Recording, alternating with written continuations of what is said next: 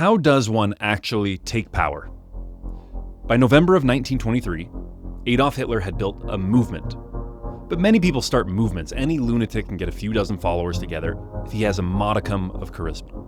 At any given time in any given nation, there are dozens of new movements, whether religious, political, cultural, or artistic, and yet very few of them ever actually do anything, and almost none of them actually take power. So on part 1, we looked at how Hitler built a movement, and in this episode, we will look at the mechanics of how he actually took power for himself and for the National Socialist movement. When we left Hitler, he was still unknown to the majority of Germans. When we end this episode, he will be the Führer, the undisputed leader of all of Germany. This episode is a warning. It's obviously a look at one way, at least, that tyranny can overtake a nation, but it's also a playbook, because the rules for taking power are the same, whether you're a dictator or someone who's trying to do good in the world. So let's look into how you can copy that playbook. So let's get into it. My name is Ben Wilson, and this is How to Take Over the World. I'm going to show you how great I am. This was our tiny tower. I just want to say from the bottom of my heart, I'd like to take this chance to apologize to absolutely nobody.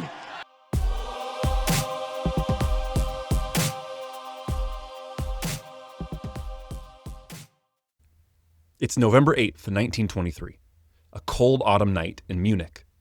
The Burger Braukeller was one of the largest beer halls in the city, and tonight it was packed. 3,000 people had crowded in to hear a speech from the state commissioner, Gustav von Kahr. Kahr was droning on, the crowd was fidgeting. Waitresses wove between the packed tables, delivering steins of beer to men in greatcoats. The air was thick with cigarette smoke and murmured conversation. And then, at around 8:30 in the evening, the side doors of the hall burst open. In stormed Adolf Hitler, flanked by a detachment of stormtroopers in steel helmets, armed to the teeth. Outside, the SA had completely surrounded the building. A heavy machine gun had been wheeled up to the entrance and pointed at the door. Hitler pushed through the crowd, shouldering his way to the front of the hall. He climbed up on a table. He raised his pistol, and he fired a single shot into the ceiling. The room went silent. "The national revolution has broken out," Hitler shouted into the stunned hall. "The Bavarian government is deposed. This hall is surrounded by 600 men. Nobody is allowed to leave." This was, of course, the beer hall putsch. And over the next 18 hours, Adolf Hitler would attempt to overthrow the government of Bavaria and from there, march on Berlin itself. So let's back up for a moment and explain what brought us here. Germany in 1923 is coming apart. The government, and the government from this time is called the Weimar government, because it's the Weimar Republic, because of where it's founded. So the Weimar government had failed to make its reparation payments under the Treaty of Versailles, which is the treaty that ends World War I. And in retaliation, France and Belgium had occupied the Ruhr Valley, Germany's industrial heartland. The German government responded by telling workers to go on strike, passive resistance, and simply printed money to pay them while they weren't working. The result was the most catastrophic hyperinflation in modern economic history. By the time of the beer hall putsch, November 1923, a single US dollar, one US dollar, was worth 4.2 trillion German marks. People were literally wheelbarrowing cash to the bakery to buy a single loaf of bread. Okay? Total economic devastation, pensions are wiped out, savings destroyed, the middle class is annihilated. The country is in chaos. And Adolf Hitler, who is now the head of the fledgling National Socialist German Workers' Party, the NSDAP, saw his moment, right? You don't know how long this is going to last, but the country is in real crisis, and people are looking for new solutions to this terrible crisis. They're in a mood of, well, whatever got us here is not working. We're open to new things. And so he believed that he had a message that could rescue Germany from this national humiliation. And his model for this moment was Benito Mussolini, the Italian soon-to-be dictator, who had marched on Rome just a year before and had taken power. Hitler believed he could do something similar. He believed the moment had arrived. And so the Bavarian triumvirate, these three leaders of the German state of Bavaria, that state commissioner Kahr, along with General Otto von Lossow, commander of the army in Bavaria, and Colonel Hans Ritter von Caesar, leading the state police, had been moving to consolidate power in Bavaria and showing increased resistance to the Berlin government. So these three leaders are already kind of in the attitude for a coup. They're not really out of step with Hitler. But they're moving too slow for Hitler. He really senses the moment. And so he wants to force their hand. So that's what he has in mind when he marches into this beer hall. I'm going to force these three men who, Hitler held no office, right? So he really isn't coming from a position where he can expect to be the head guy. So he says, that's okay, I don't want to be the head guy, but I can use these three guys to accomplish what I want to. And so when he comes in to the beer hall that night, he makes his announcement, he shoots his gun into the ceiling, and then he marches these three men into a side room at gunpoint. In that back room, with two loaded pistols on the table, Hitler made his pitch. He told Kahr, Lossow, and Caesar that a new national government was being formed right now, tonight. The legendary World War I general Erich Ludendorff would be the ultimate leader, the figure of gravitas the right wing needed. Kahr would be the regent of Bavaria, so kind of the political leader. Lossow would be the minister of defense and head of the military, and Caesar would be the minister of police. And Hitler saw himself as the political leader of this new provisional national government. He told them that, he's got this pistol on the table, and he says, this is for me in case the coup fails. All right, so he's explicitly making the case, this is either going to succeed or I'm going to commit suicide. That's how committed I am to seeing it through. Lossow later recalled that Hitler seemed utterly transformed in that back room. He no longer seemed like a rabble-rouser, like a popular speaker, but he seemed like a determined man. He wasn't asking, he was giving orders. He was in total control. So Hitler has these negotiations going on with these three men in this back room. It's not going super well. Meanwhile, back in the main hall, Hermann Goering, who was a First World War flying ace, he was a war hero, and he was one of Hitler's key lieutenants. He addresses the crowd, and he assures them that this action was not directed against the police or the army. It was directed only against the November criminals in Berlin. That's what they call the people who signed the peace treaty at the end of World War I, call them the November criminals. Okay, and so he says, this is only directed against those traitors who stabbed us in the back in 1918. So he says to everyone else, to all you nationalists who are here tonight, relax. He says, quote, you all have your beer, keep drinking. You have nothing to worry about. All right, so he's trying to mollify them, but the crowd wasn't fully convinced. He gets like some murmurs, a few mild-mannered protests, and people aren't really speaking out against him, especially since the hall is surrounded by people with guns, but they're not totally convinced either. At that point, Hitler returns to the beer hall, to the main room. Now, here's where we see, for one of the first times in the series, the truly extraordinary power that Hitler wielded in front of a crowd. Karl Alexander von Müller, a historian and one of the eyewitnesses present that night, later described what he saw. All right, listen to this. I love this quote. This is so interesting. He says, quote, I cannot remember in my entire life such a change in the attitude of a crowd in a few minutes, almost a few seconds. Hitler had turned them inside out as one turns a glove inside out with a few sentences. It had almost something of hocus pocus or magic about it. All right? That's really interesting to me. And it's also kind of infuriating because I'm looking through these historical sources and all these firsthand accounts say the same thing. They all say that Hitler had this magical effect. Within just a few sentences, he turns the entire room behind him. But none of them can recall exactly what he said. So we don't know exactly what went on. What we do know is that he starts off with some reassurances, hey, we're not here for you, or, no one's going to get hurt. And that eventually he ends on the climax of turning the hatred against the Berlin government. He refers to it as, quote, the Berlin Jew government and the November criminals of 1918. Whatever he says, it really not only turns the crowd, but sets people on fire. And they're behind him now. So somehow he gets them on his side.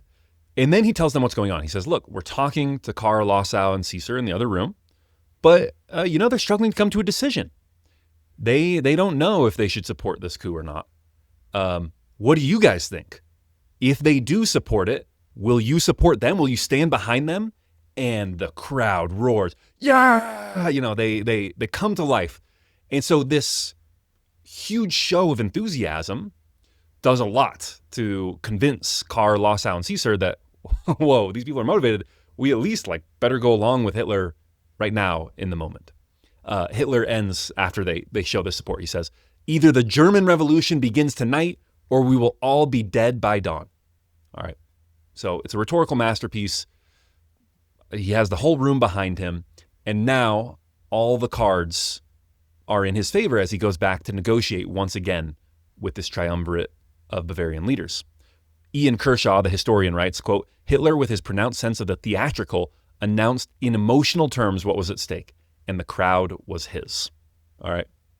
So the crowd starts skeptical of him, and by the end, it is genuinely his.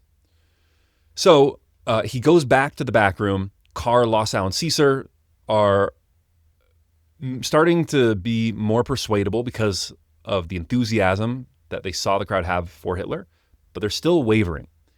They don't like that Hitler had come in and coerced them. He hadn't discussed it with them. He hadn't let them know about his plan. He just kind of came in and bulldozed them. They hadn't chosen this, and they didn't like that. So he comes back. He says, will you stand behind me now? And the triumvirate voices their tepid and obviously coerced support. All three of them say, yeah, we're behind you, Hitler. He knows it's not real. They know it's not real. But he's hoping that it's enough that they'll at least allow it to happen. And then Hitler makes the great mistake of the night. He allows all three of them to leave the building under what he described as an oath of honor to follow through on the coup. The moment they walked out of those doors, all three of them immediately contacted the government, withdrew their support for the coup, and began organizing to suppress it. This episode is brought to you by my startup, the Classical Society. The Classical Society is a business network that was started by me and my friend Alex Petkus, who's the host of the Cost of Glory podcast. And the idea is, if you're going to join a professional network, if you're going to join something like a YPO or a Vistage, where you're working with other people, you're engaging with them, you're seeing how you can help each other out, why not join a network where you align with people who have the same values as you? So if you're a person who believes in the values of how to take over the world, who believes in classical values, who believes in excellence over equality, who believes in virtue, who believes in striving and trying to be the most that you can be, then consider joining the Classical Society. You can learn more and submit an inquiry at theclassicalsociety.com. I hope you'll check it out. So as those three are leaving and beginning to organize against the coup, Erich Ludendorff, remember, that is the war hero who Hitler has in mind as the kind of top leader of the new government, he arrives at the beer hall. And he's actually mad. He's furious, kind of like the others, to have been summoned to the coup without having been told in advance what was happening. Ludendorff, his war record is unimpeachable. He's a national hero. He's also a man of the far right. And so he was sort of the guy. In these circles, everyone assumed that if there was a far-right coup that started a new government, Ludendorff is going to be the guy at the very top because of his standing with the nation. And so he's a celebrity. He's a big deal. And he can't believe that he's kind of dragged to this beer hall at the last possible moment and only told once the coup is ongoing. So he's not happy. But he is such a committed nationalist that he goes along with it, and he doesn't attempt to betray the coup the same way that the triumvirate does. Okay. So he's in the beer hall with Ludendorff. His men are going, they're trying to seize caches of weapons, get command posts, seize strategic points. And as things are progressing through the very late night and very early morning, it becomes clear that Karl, Lossow, and Caesar have, in fact, defected, and things are not going according to plan. A few men were even killed as they met resistance from policemen and soldiers. All right, so he's with Ludendorff at the beer hall, and they're just receiving bad reports and trying to figure out what to do next. So Hitler landed on doing the only thing he could do. He would force the issue. He would lead a march to the center of the city and hope that the soldiers and police would join him upon seeing the solidarity and passion behind this movement. So on the morning of November 9th, Hitler and Ludendorff led a column of roughly 2,000 stormtroopers and nationalist supporters through the streets of Munich toward the city center. The route took them through what is called the Odeonsplatz, and that's a large square near the city center. Just before arriving there, at a narrow street leading into the square, a line of state police with rifles blocked their way. There is sort of a standoff as these men march towards the police line, and at some point, someone fired. To this day, historians dispute who shot first. Hitler was adamant ever after that it was the police, in fact, who fired first. However it went, in the exchange of gunfire that lasted only seconds, 14 National Socialists were killed and 4 police officers were killed. The column broke apart in chaos and panic. Most people fled through the streets. Hitler was walking arm in arm with a man named Max Schubner-Richter, a guy who was kind of in the inner circle of the National Socialist German Workers' Party. And when shots rang out, Richter was one of the first to fall. Hitler felt a tug and pain shoot through his arm, and he believed that he also had been shot by the police. So he lays on the cobblestones for a moment, nursing this wound, and he's just looking around, seeing people bleeding out around him, smoke in the air, people are screaming, people are running. And he takes a second to compose himself, and then he gets up and runs away. He manages to get himself to a car, which speeds away towards safety.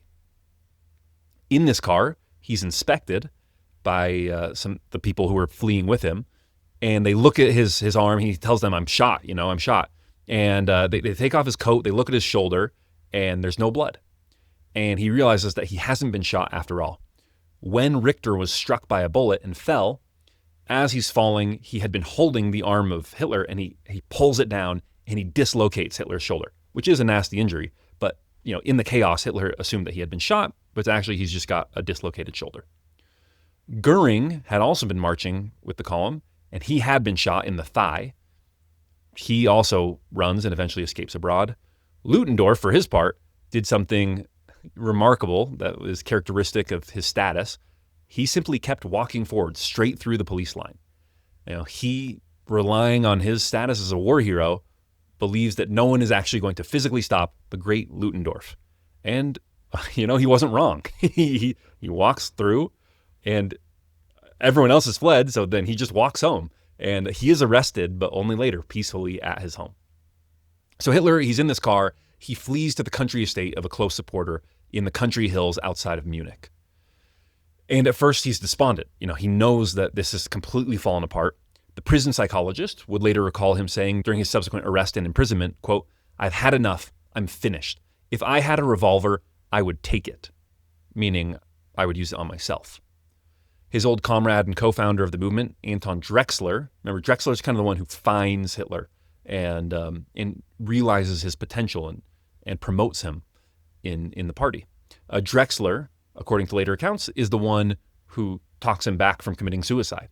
He says, no, we can still recover from this, and talks some sense into Hitler. But things look very bleak. Over the coming 2 days, he's kind of hiding out in this country estate. His supporters talk to him, his friends talk to him, and he would manage to regain some small glimmer of hope. But, things looked bad. 2 days later, the police come for him. He was arrested. He looked disheveled. His shoulder injury was still bothering him. And he's taken to Landsberg prison to await trial. So the beer hall putsch is over. It lasted less than 24 hours. 14 of his men were dead. The movement had apparently collapsed. Even at this very, very early stage, it's clear that the party is going to be disbanded. Many people are going to spend a long time in prison. Things look terrible. The American consular representative in Munich, a guy by the name of Robert Murphy, presumed Hitler would serve his sentence and then be deported from Germany.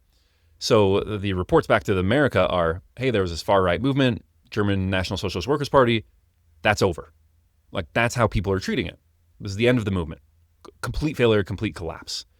And it is assumed that Hitler will be deported back to Austria. Remember, he still has no German citizenship.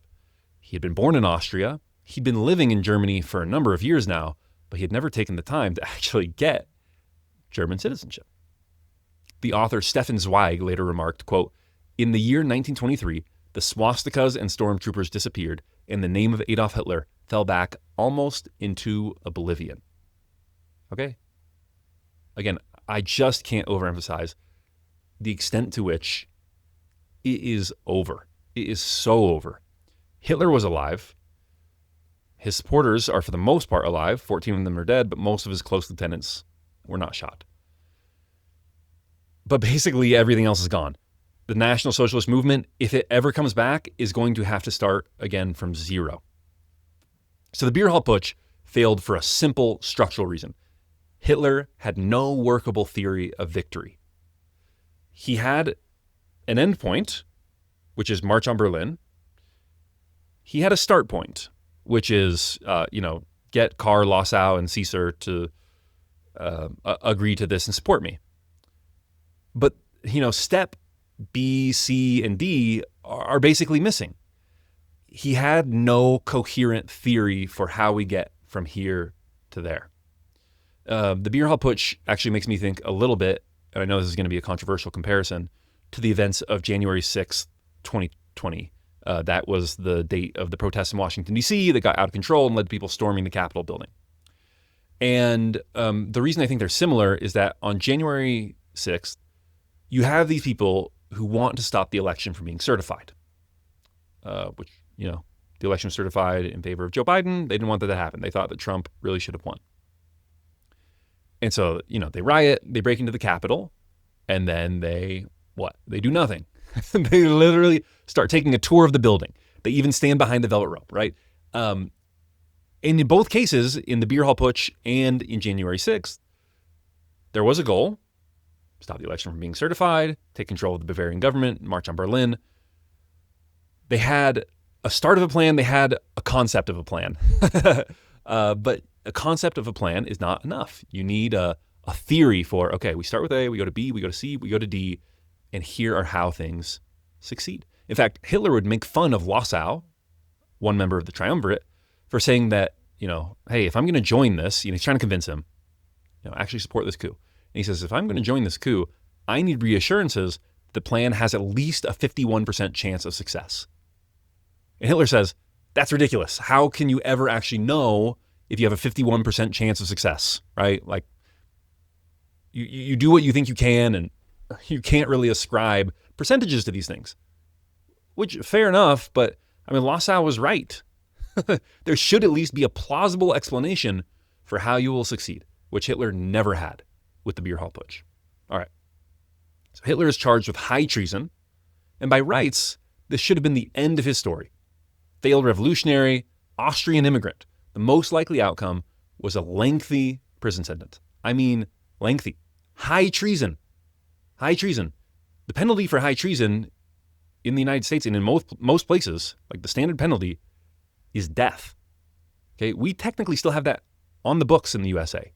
I think the Rosenbergs were the last people actually executed for treason in the US, but it's on the books, okay? So most people don't think he's actually going to be executed, but decades in prison and then gone. So this should be the end. That's what most people are assuming.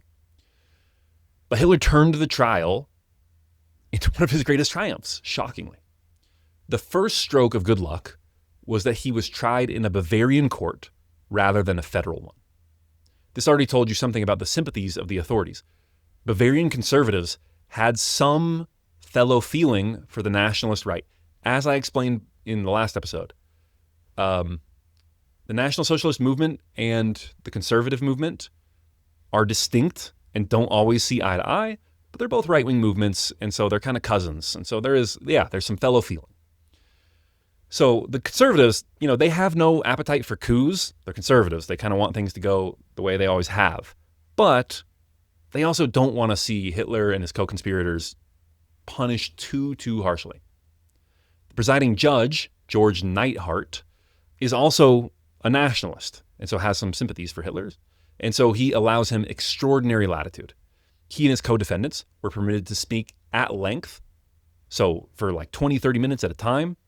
He isn't put in prison garb. He's allowed to wear his Iron Cross.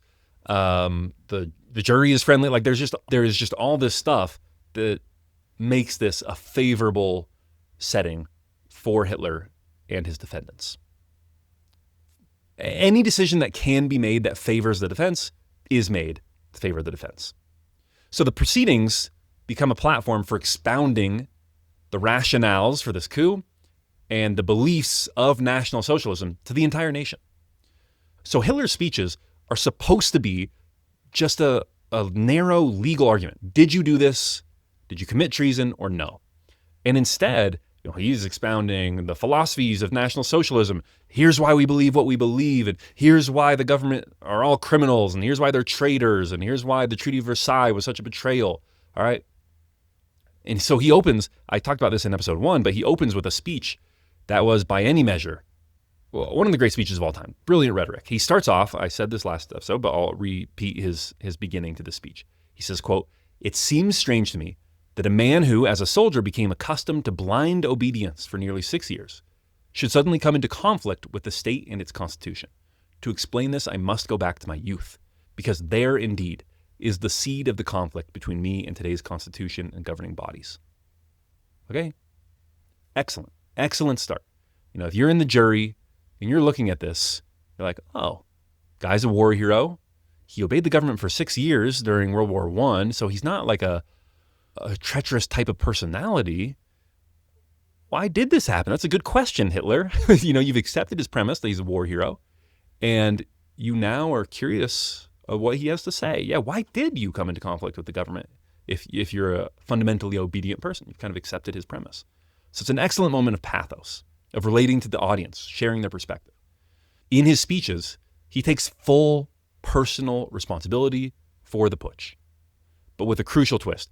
Responsibility, yes, I am responsible, but not guilty. He never admits to guilt. Standing in the dock, he declares, quote, "He," speaking of Ludendorff, "has no responsibility. I alone bear it. I alone wanted the matter in the end. The other gentlemen only acted with me. I am convinced that I did not want anything bad. I bear the responsibility and will also bear all the consequences. But I must say one thing.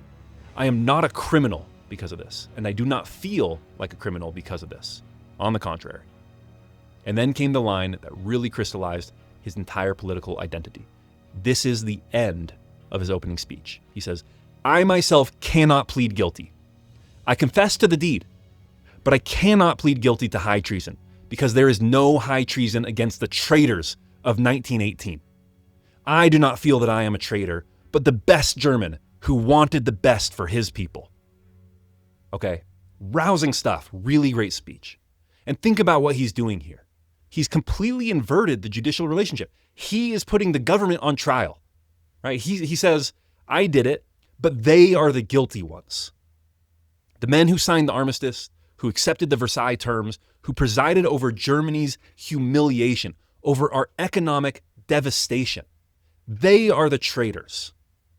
I'm simply the man who tried to stop them. And to that, yes, I am guilty. Okay, it's a good argument. It's a very good argument. And going into the proceedings, people are calling it the Ludendorff trial, right? Ludendorff is a nationally famous person. He is the one who is expected to be the head of this government. And so everyone's saying, okay, Ludendorff tried to do this. What's Ludendorff going to say? Is he going to be convicted? Is he going to be found not guilty? And by the end, people are calling it the Hitler trial because Hitler takes all the responsibility. And the others, they all put the responsibility on Hitler.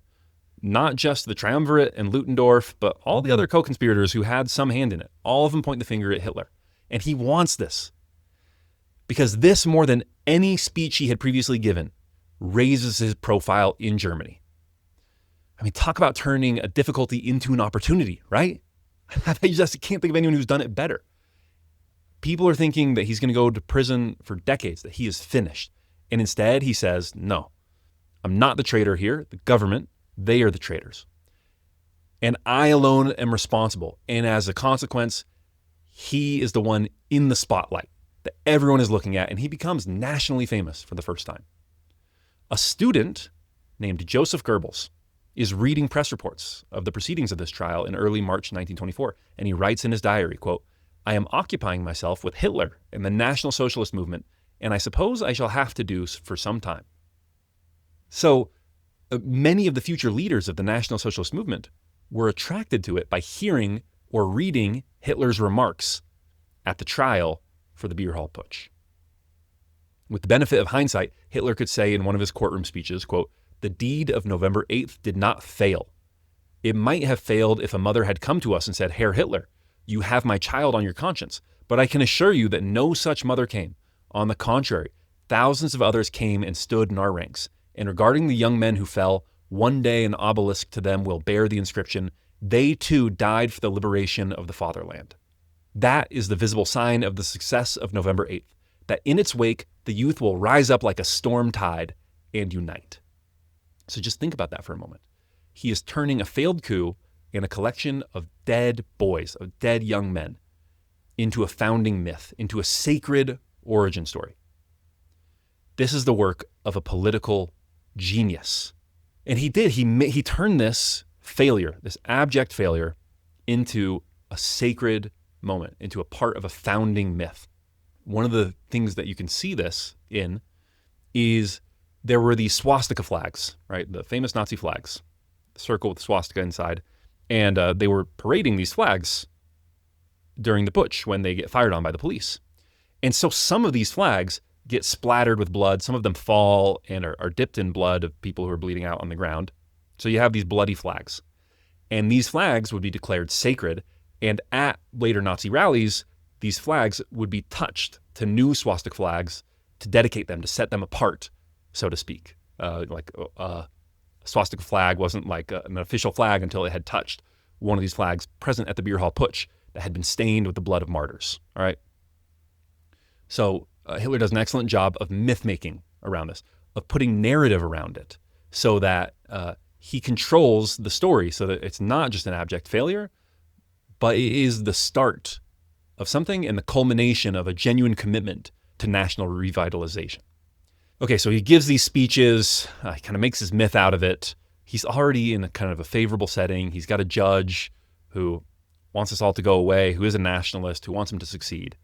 And so in the end, he is still convicted. How could you not be? Like, it's very clear that he admits to the thing. So he is convicted, but he's sentenced to only 5 years and, less on good behavior, which of course he gets. He ends up only serving 13 months in prison. And Hitler now understands something very clearly.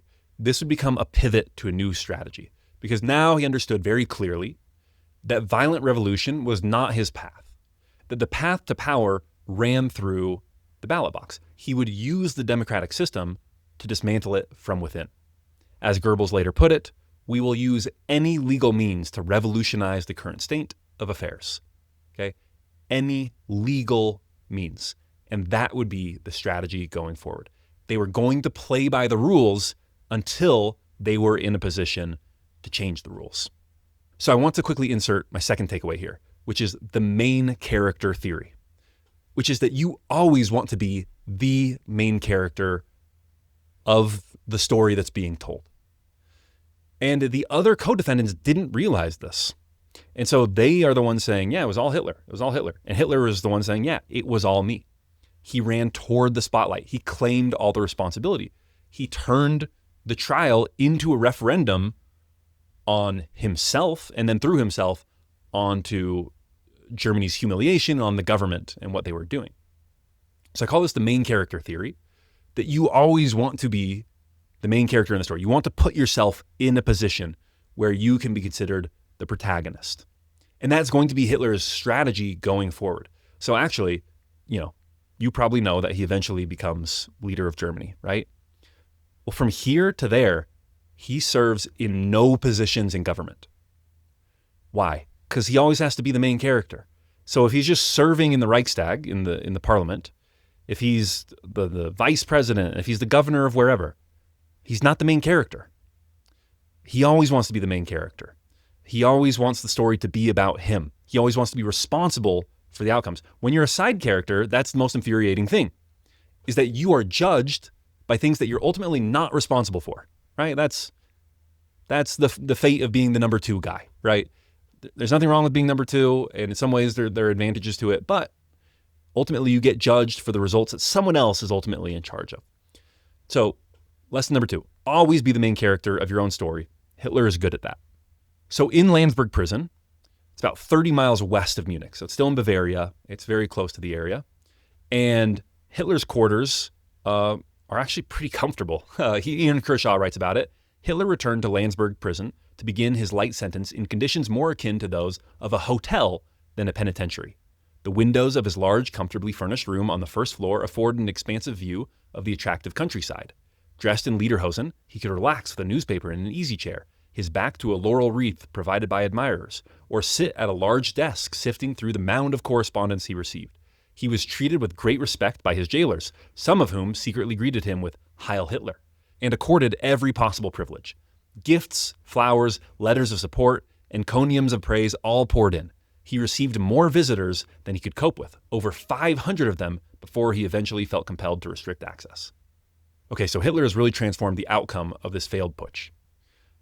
It goes from being an abject failure to him being a living martyr, if there is such a thing, and growing the popularity of the movement and growing his profile nationally. He also gets some advantages from being in prison, which is that he now has time to think, time to read, time to develop a coherent worldview. And as a consequence, he does develop this very coherent worldview. And he did already have, the large outlines of what he believed, which is anti-Semitism, national restoration, German greatness, racial thinking, all this stuff.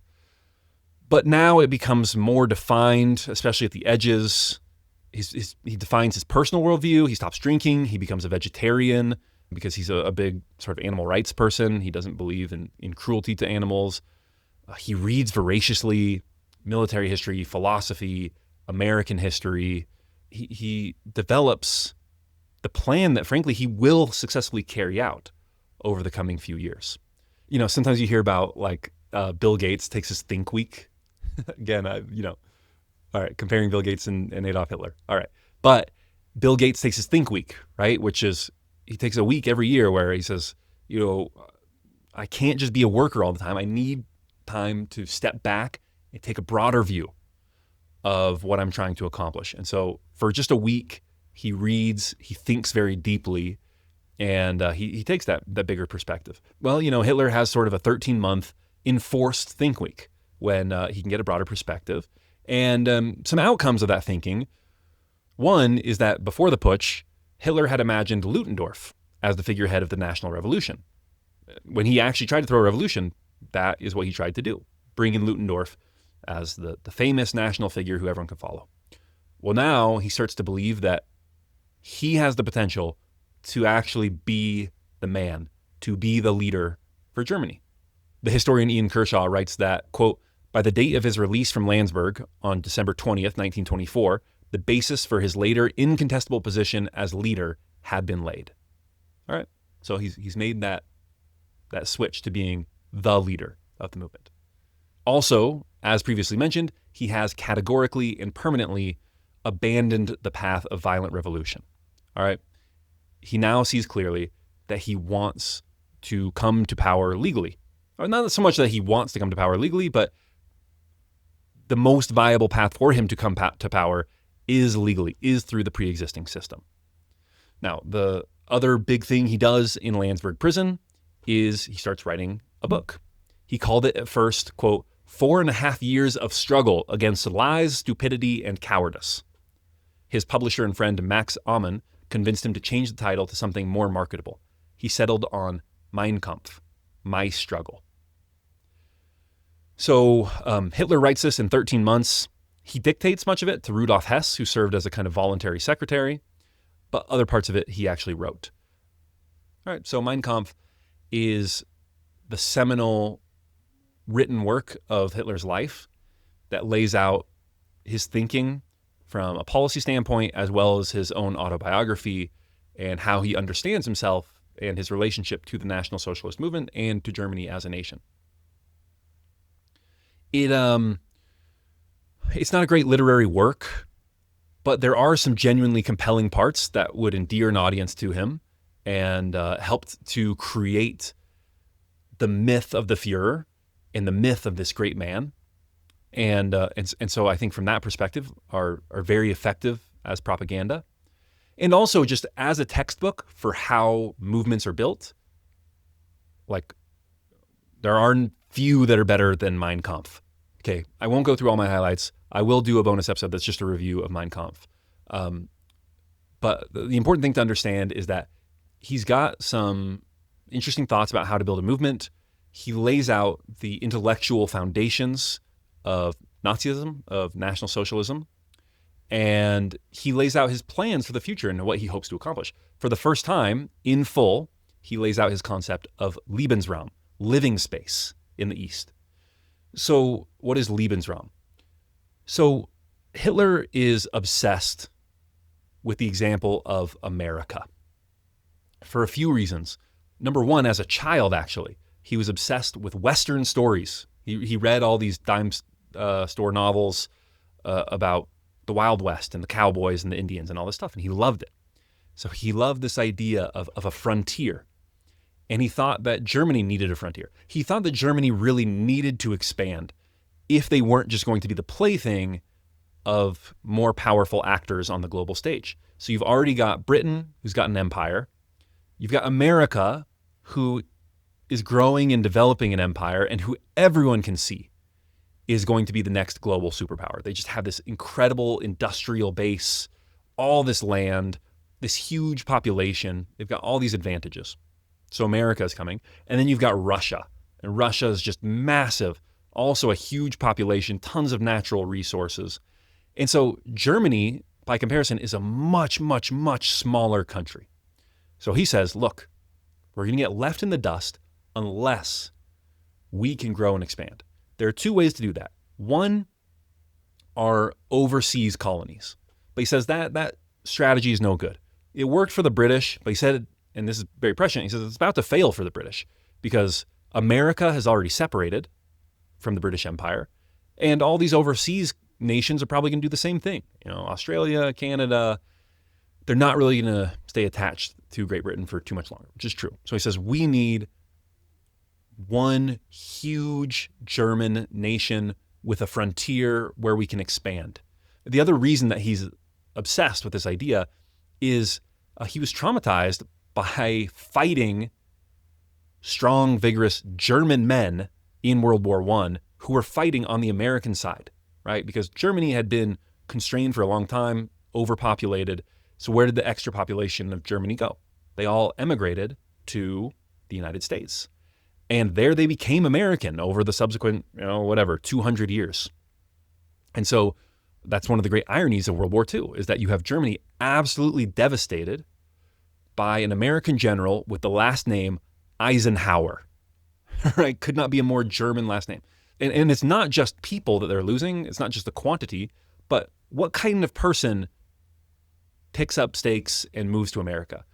Brave, entrepreneurial, intelligent, proactive people. This is what Hitler believed. I mean, he doesn't write this in Mein Kampf, but in some of his personal writings, especially in his unpublished book, he writes about how some of the best German stock had ended up in America. And so he doesn't want that to happen anymore. And so he thinks that Germany needs its own frontier where people can expand. So where is Germany going to get a frontier? Eastern Europe. But I mean, there's already people in Eastern Europe, right? There are Poles, there are Czechs, there are Russians. So what are you going to do with all those people? And very callously and somewhat uncomfortably for us Americans, Hitler says, well, we will do what the American did with the people who were in their frontier, which is to say the American Indians, right? We'll push them out. We'll exterminate them. You know, this is what healthy nations do. They expand, and when people are there, they make them go away one way or another. That is how he justified the ethnic cleansing of all these mostly Slavs in Eastern Europe. He just says, yeah, we'll ethnically cleanse them. That's what the Americans did. They have no right to judge us. Every vigorous nation needs to do that type of thing. Okay, so he lays out Lebensraum. We're going to develop this enormous Germany that extends from present-day Germany all the way into Russia. And it's going to include lots of farmland, and lots of oil, and lots of natural resources. And we're going to be this huge continental power. The way the U.S. is in North America, that's what we will be to Europe. Okay, so the thing that he is doing in Mein Kampf is he is clearly articulating his vision. Now, he does this in speeches all the time. In fact, he's very dismissive of the written word. In Mein Kampf, in fact, he says, no great movements are started by books. Great movements are started by the power of the spoken word. And that's what he makes his living on, is his ability to excite audiences with his public speaking. So why write a book at all? He writes it because for those people who are going to serve in leadership in the German National Socialist movement, who are really going to dedicate their time, their resources to helping build it up, they need more than just a public speech. They need something that they can sink their teeth into. They need a grand vision that will motivate and excite them. And so Mein Kampf is that. For someone who is oriented the way that Hitler is, it is a huge boost of enthusiasm and gets them excited and engaged. All right, so Mein Kampf is the way that he very clearly articulates his vision in a durable and in-depth way, and allows people who join German National Socialism to go deeper and discover what it is that this movement is really all about. So that's the third takeaway, is vision. You have to have that very clear, very compelling vision. Whether you are a leader in a business sense, entrepreneurial sense, scientific, artistic, or in a political sense. Again, this is a takeaway that's important, not just if you're a homicidal, genocidal dictator, but if you just want to be a successful politician, you need to be able to articulate that very compelling vision. And by the way, I say very clearly defined. In Mein Kampf, he writes about the fact that you actually don't want to box yourself in ideologically, and he never does. In fact, he keeps the party platform very open, very fluid, because that way, he can turn on a whim whenever he needs to for tactical purposes. So what is very well articulated is the end goal, is this idea of German greatness and German restoration. And how they get there, he leaves open to interpretation so that he doesn't turn a lot of people off who might have different ideas around how to accomplish exactly what it is that he's pitching. Okay, so he's released from Landsberg prison on December 20th, 1924. He served 13 months of a 5-year sentence, and he leaves with little fanfare. While he had been in prison, the National Socialist German Workers' Party, NSDAP, had been banned. He had appointed Alfred Rosenberg to lead the successor organization in his absence. A decision that is very interesting because Rosenberg is a terrible leader. He's famously bad at his job. Kershaw describes him as, quote, one of the least charismatic and least popular of Nazi leaders who united party bigwigs only in their intense dislike of him. Okay? He's so terrible that's the one thing everyone can get behind, that Rosenberg is a terrible leader of this movement. So the larger kind of Volkish movement in Hitler's absence descends into squabbling, into factionalism, into internecine strife. Now, some people have actually tried to argue that he did this on purpose, that he knows Rosenberg is so bad, and so he appoints him so that he'll look better in comparison. I don't think he was doing that. I don't think he appoints Rosenberg very hurriedly, very quickly before he's shuttled off to prison. So I think more likely it was just a kind of bad choice made under duress. I do think what he was considering is, I don't want to appoint Goering. I don't want to appoint Anton Drexler. I don't want to appoint someone who really could usurp my authority and become the leader of the party. So he's ruling out those people, and so he knows Rosenberg isn't that. But I don't think he knew that he was going to be as bad as he was. Now, there's a lesson here that I think is worth sitting with, which is that in Hitler's absence, something had been revealed that was not immediately clear when he was present, which is how completely indispensable he was. Without him, the German far right couldn't hold itself together. He was the only force of unity that they had. So this is referred to as the leaderless time, and it shows everyone, Hitler's allies, his enemies, the broader public, Hitler himself, that Hitler is completely indispensable. That he wasn't just a leader of a movement, he was the movement. There is nothing outside of him. If he just goes away, if he dies tomorrow, the Volkisch movement, National Socialism, it's done. It's done. And so it's just something to think about, that nothing demonstrates your irreplaceability like your absence.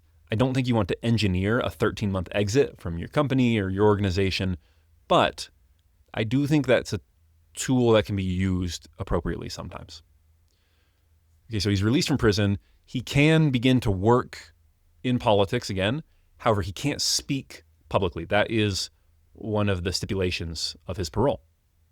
The Bavarian government had banned him from making public speeches, a restriction that actually lasts until 1927. Okay, but that's only in Bavaria. He does get the right to speak in the rest of Germany a little bit earlier. So Germany in 1924 and 1925 was stabilizing economically. So Germany had gotten some loans from the US. Inflation had finally kind of been solved. And the Weimar Republic was entering a period of relative calm. So that's good times for Germany. The problem is for Hitler, good times for Germany are bad times for the far-right movement. Because again, they had gained popularity because of the absolute abject failures of the Weimar government. Now that the Weimar government seems to be doing okay, there's not really movement or excitement for a far-right movement. So these are kind of the down years for Hitler. But rather than focusing on growth during a time period that's going to be really not conducive to that, instead, he focuses on reunification. Okay? He calls a party meeting at the Burgerbraukeller, the same beer hall where the Putsch had began, and he performed one of the great pieces of political theater in his career. So, Hitler's a celebrity. Everyone's behind him. But it is hard to overemphasize just how bitter the fights were in his absence. There's all these splinter parties. Everyone is accusing each other of betraying the movement. There's this downward spiral of like, you're a fake rightist. No, you're a fake right. You're a fake nationalist. You're actually a Jew. Like, just the movement is in complete disarray. All these people are fighting, and it's intense and it's personal, and they hate each other. And Hitler steps into this, and he's got to try and reconstitute something, right? And so he calls this meeting at this beer hall, and he brings everyone together, all these people who've been feuding, who've been starting these splinter parties. And in front of a crowd of thousands, people who are excited to see him, they're cheering, they're standing on chairs and tables, they just want a view of Hitler. He gives this great speech, and he says, we're unified now. We're all standing behind me. And he gets the top leadership. He says, all of you are going to shake hands, and you're going to forgive each other, and you're going to put all this behind you. And you're going to swear undying loyalty to me. And that is how we're going to bury what came before. And so they all do. Some of them start crying. They all start shaking hands with each other. It's this moment of reunification. Kershaw describes it this way. He says, quote, it was like medieval vassals swearing fealty to their overlord. Listen to this speech that Hitler gives. I just think this is, again, his rhetoric is so masterful. Here's what he says, quote, whoever does not want to come into the common camp, stay away.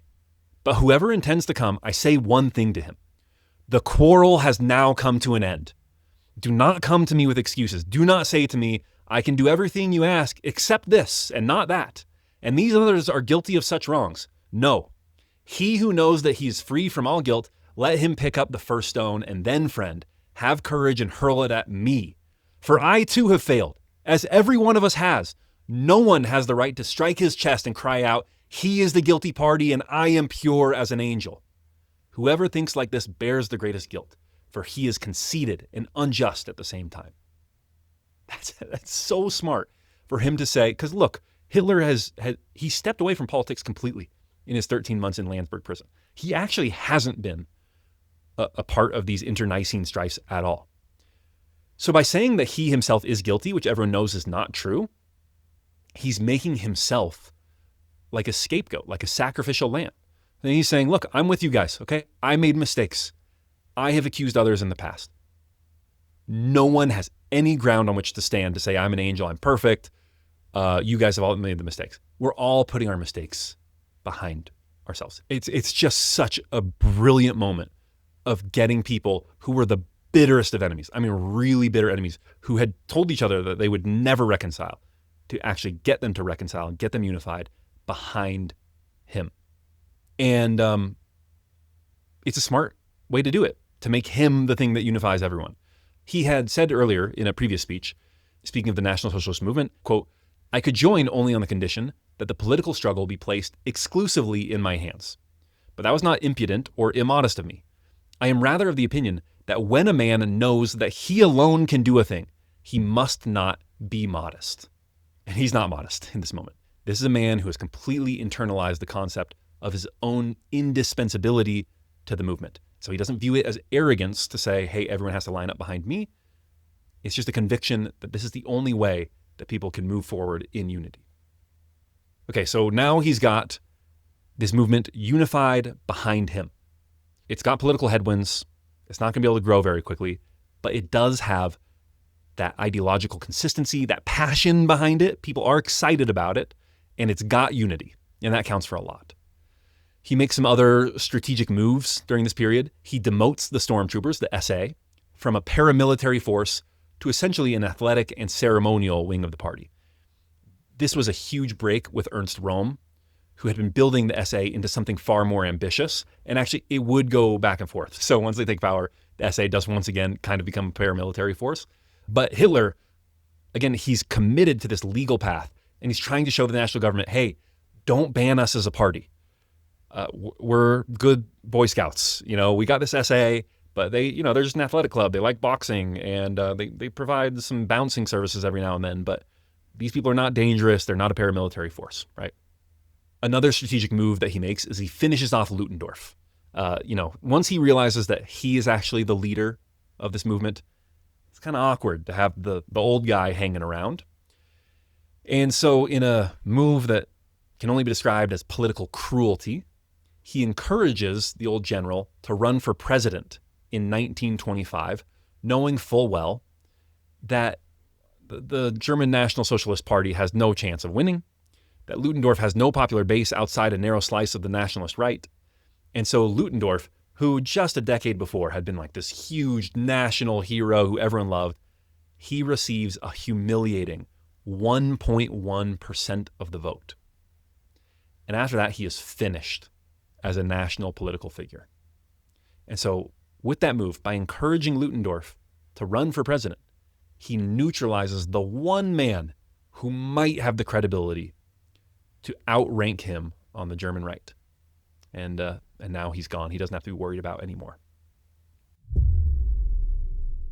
This episode is brought to you by Zcash, and specifically by the Zcash-powered mobile wallet, Zodal. Zodal is the best way to send, receive, and pay with Zcash. Zcash is private money, so it's crypto that allows you to transact without anyone else knowing what you're doing. So if you're worried about tyranny, if you're worried about the direction of the way things are going in the world, then Zcash is a great hedge against that. And again, the best way to transact and to hold Zcash is in Zodal. So try out Zcash, try out Zodal. You can get that wherever you get your apps. Then came the Bamberg Conference of February 1926, arguably the most important internal party meeting Hitler ever convened.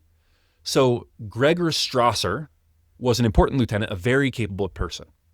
And he had been assigned to build the German National Socialist Party in northern Germany. Remember, it starts in Bavaria, which is southern Germany. And they say, hey, we actually need to become a national party. We can't just stay here in Bavaria. And so Strasser goes up to northern Germany. He starts building the party there. And he starts sort of adapting to the conditions there, which is northern Germany is more industrialized, more urban. You got Berlin, you got this huge city. And so it looks slightly more liberal, slightly more leftist, slightly more international. He's got to appeal to all these industrial workers who had kind of been seduced by Marxism, by communism. Right? So he's really emphasizing the socialism in National Socialism, right? Public ownership of production, expropriation of nobles, cooperation with Russia. And so it starts to get a little uncomfortable because this doesn't totally jive with exactly the way that Hitler is pitching things. Again, it's kind of, there are socialist ideas inherent to National Socialism. It is, after all, National Socialism. But how to balance that, and whether it was on balance a left-wing or right-wing movement, is what was at stake. Additionally, the socialism is meant only for Germans. Internationalism was really the issue, in that, look, from Hitler's standpoint, if you want to have some social programs and some things that help out German workers, that's great. But the important thing is it's a nationalist movement. It's only about German workers. What Strasser starts to hit on is international class consciousness and cooperation with the Soviet Union. Of, hey, they've got some similar ideas to us. Okay. So this is coming to a head. Strasser has done a great job organizing. He has built up this tremendous organization in northern Germany. But it appears that he's starting to go kind of native, start to do his own thing and stray from the party line. So Hitler travels to Bamberg and crushes the dissenters. He had developed this 25-point program, which is the 25 principal things that the party is trying to accomplish. And at Bamberg, he declares, look, 25-point program is inviolable. It's never going to be updated. It's never going to be changed. Foreign policy is going to orient eastward toward conquest, not towards alliance with the Bolsheviks. So this is really important to unify the party and bring everyone together. Now, it's difficult because a lot of the intelligentsia of the smartest and most impressive members of the party were sort of oriented in a Strasserite direction. They weren't necessarily followers of his because he didn't have the same personal magnetism of Hitler and he hadn't accomplished what Hitler had, but they liked some of these ideas. In fact, after this meeting, when he says, hey, anyone who doesn't agree with the 25-point program is out of the party, Strasser's got to go, he's on the outs, whatever. After this meeting, Joseph Goebbels, who becomes one of his biggest supporters, writes, quote, probably one of the greatest disappointments of my life. I no longer believe fully in Hitler. Okay, so Goebbels, he had kind of been attracted to Strasser's internationalism and to some of these ideas. And so he is super disappointed by this meeting. But Hitler senses that, and Goebbels is at this point very important to the party. And so he acts. He sends a Mercedes to bring Goebbels to Munich, gives him a personal tour, and has private conversations with him, and arranged for him to speak publicly in a context where Goebbels himself could reject Strasser's draft and align himself with Hitler. And so Hitler sees, Goebbels is straying. He doesn't like this. And he just bear hugs him so that he can't leave. And from that point on, Goebbels was totally committed. At the end of this bear hug, after Hitler has brought him in, given him the tour, given him the private conversation, told him he believes in him, and allowed him to speak, Hitler gets up and confirms how much he loves Goebbels. And Goebbels, who is notoriously emotional, reportedly starts weeping, okay? It means so much to him. And from that point on, Goebbels was fanatically devoted, arguably more so than anyone else in the inner circle, and would eventually serve as the Reich Minister of Propaganda and was very important to Hitler's operations from then on. Now, the 25-point plan, why was that so important? It's deliberately kept vague. It's never updated, even as National Socialist ideology kind of moves in different directions. But it's just sort of the importance of a founding document. You can think of the United States Constitution. Do we have a constitutional government? Well, I can tell you that if you brought George Washington, James Madison, and Alexander Hamilton into 2026, and you showed them the operations of our government, and you said, is this what you guys set up? They would go, no. This is completely unrecognizable to us. Only in a few sort of ceremonials and pretenses is our government any way related to the Constitution of the United States, right? We have a completely unconstitutional government in the U.S. But the Constitution is still so important to us, right? It still keeps us grounded in believing that we have a history and that history matters and that helps create what we are today. And so the 25 points are the same thing. Even though Hitler really never feels compelled to stick to any one of these policy proposals, it's still important to him that it remain the Bible of the National Socialist movement. Okay, we keep talking about it, so let's just address what are these 25 points. I'm going to read them to you briefly, just so that you know kind of what they were talking about and what was sort of the heart of the Nazi movement. Number 1, we demand the unification of all Germans in the Greater Germany on the basis of the right of self-determination of peoples. Number 2, we demand equality of rights for the German people in respect to the other nations, abrogation of the Peace Treaty of Versailles and Saint-Germain. Number 3, we demand land and territory colonies for the sustenance of our people and colonization for our surplus population. Number 4, only a member of the race can be a citizen. A member of the race can only be one who is of German blood, without consideration of creed. Consequently, no Jew can be a member of the race. Number 5, whoever has no citizenship is to be able to live in Germany only as a guest and must be under the authority of legislation for foreigners. Number 6, the right to determine matters concerning administration and law belongs only to the citizen. Therefore, we demand that every public office of any sort whatsoever, whether in the Reich, the county, or municipality, be filled only by citizens. We combat the corrupting parliamentary economy, office holding only according to party inclinations, without consideration of character or abilities. Number 7, we demand that the state be charged first with providing the opportunity for a livelihood and way of life for the citizens. If it is impossible to sustain the total population of the state, then the members of foreign nations are to be expelled from the Reich. I'll just give you the cliff notes for the rest of them. Any further immigration of non-citizens is to be prevented. Number 9, all citizens must have equal rights and obligations. Number 10, the first obligation of every citizen must be to work, both spiritually and physically. Number 11, abolition of unearned incomes, breaking of rent slavery. Number 12, in consideration of the monstrous sacrifice in property and blood that each war demands of the people, personal enrichment through a war must be designated as a crime against the people. Number 13, we demand the nationalization of all associated industries. 14, we demand a division of profits of all heavy industries.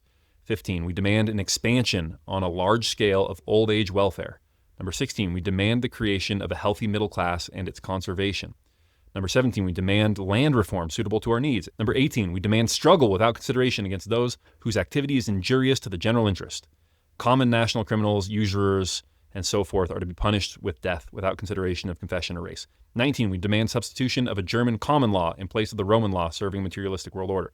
Number 20, the state is to be responsible for a fundamental reconstruction of our whole national education program. 21, the state is to care for elevating the national health by protecting the mother and child by outlawing child labor.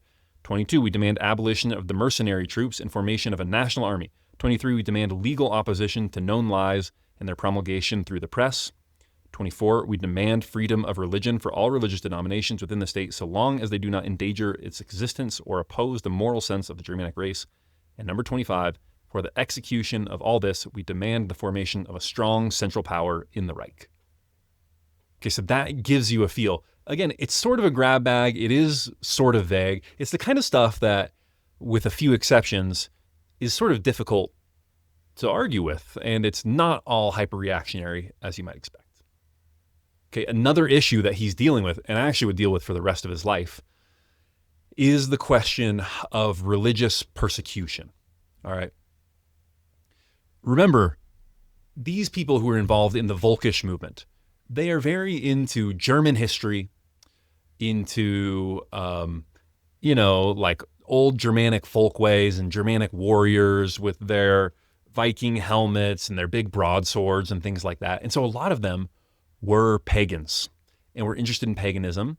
A lot of them were Nietzscheans and therefore did not believe in Christianity. They believed that Christianity was a Jewish influence on Germany. It's a Jewish religion, right? Jesus is a Jew. And so they were very opposed to Christianity.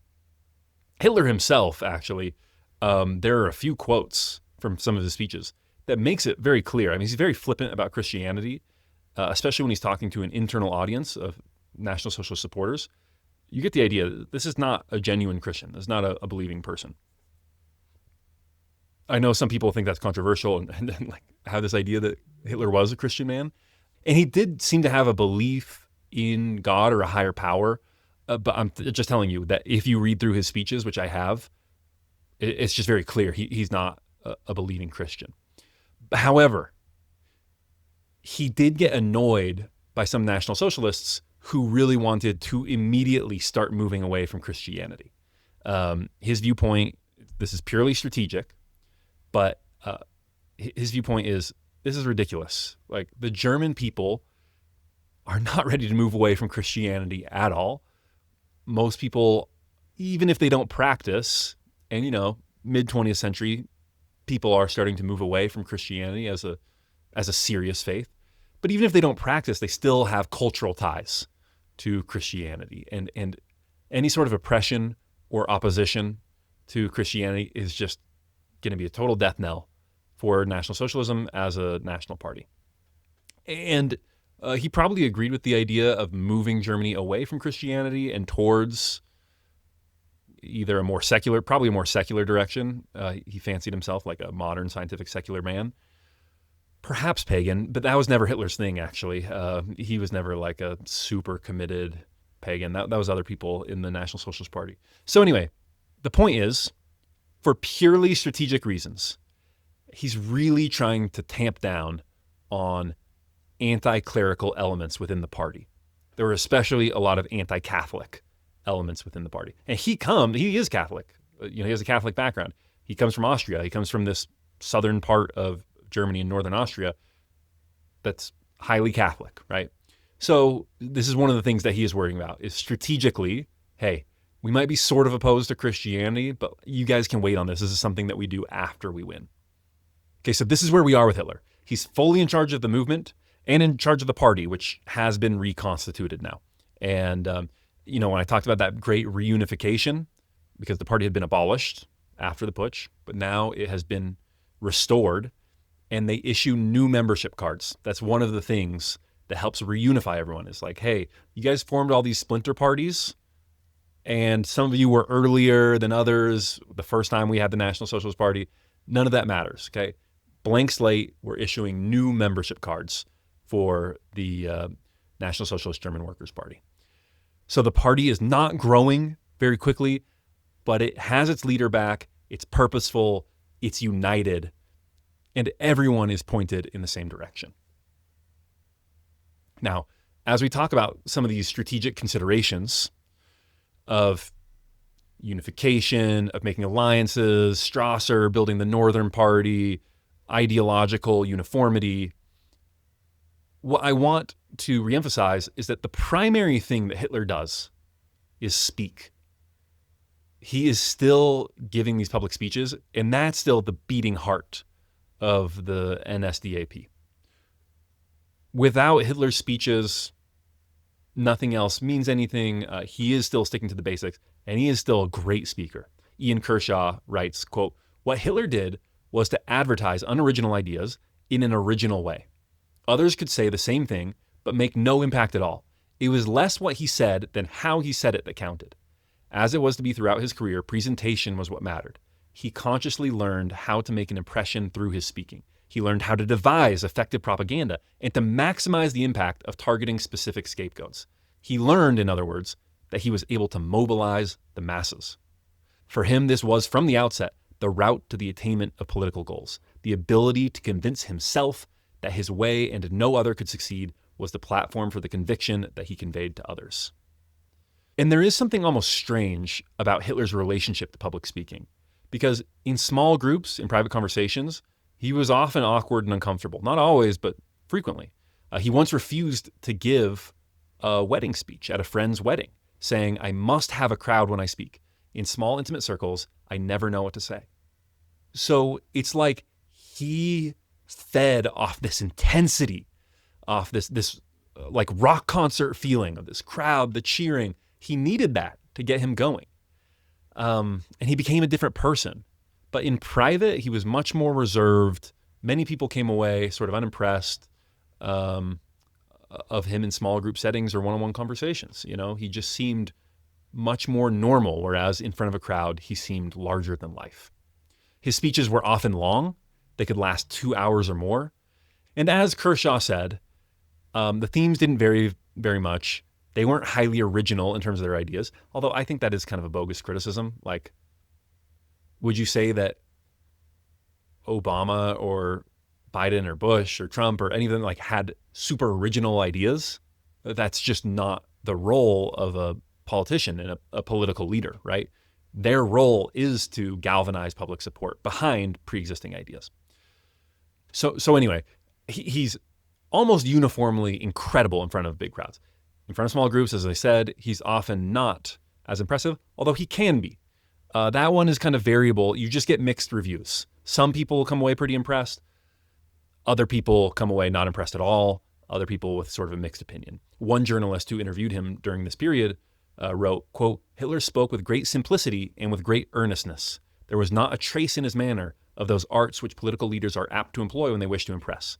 I was conscious that I was talking to a man whose power lies not, as many still think, in his eloquence and his ability to hold the attention of the mob, but in his conviction.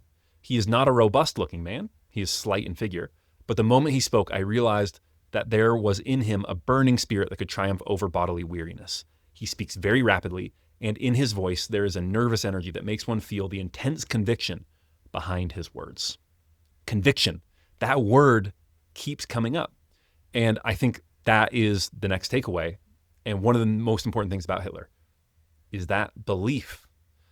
Even the people who disliked Hitler, even his opponents, conceded this. The man believed. And belief delivered with sufficient intensity is extremely contagious.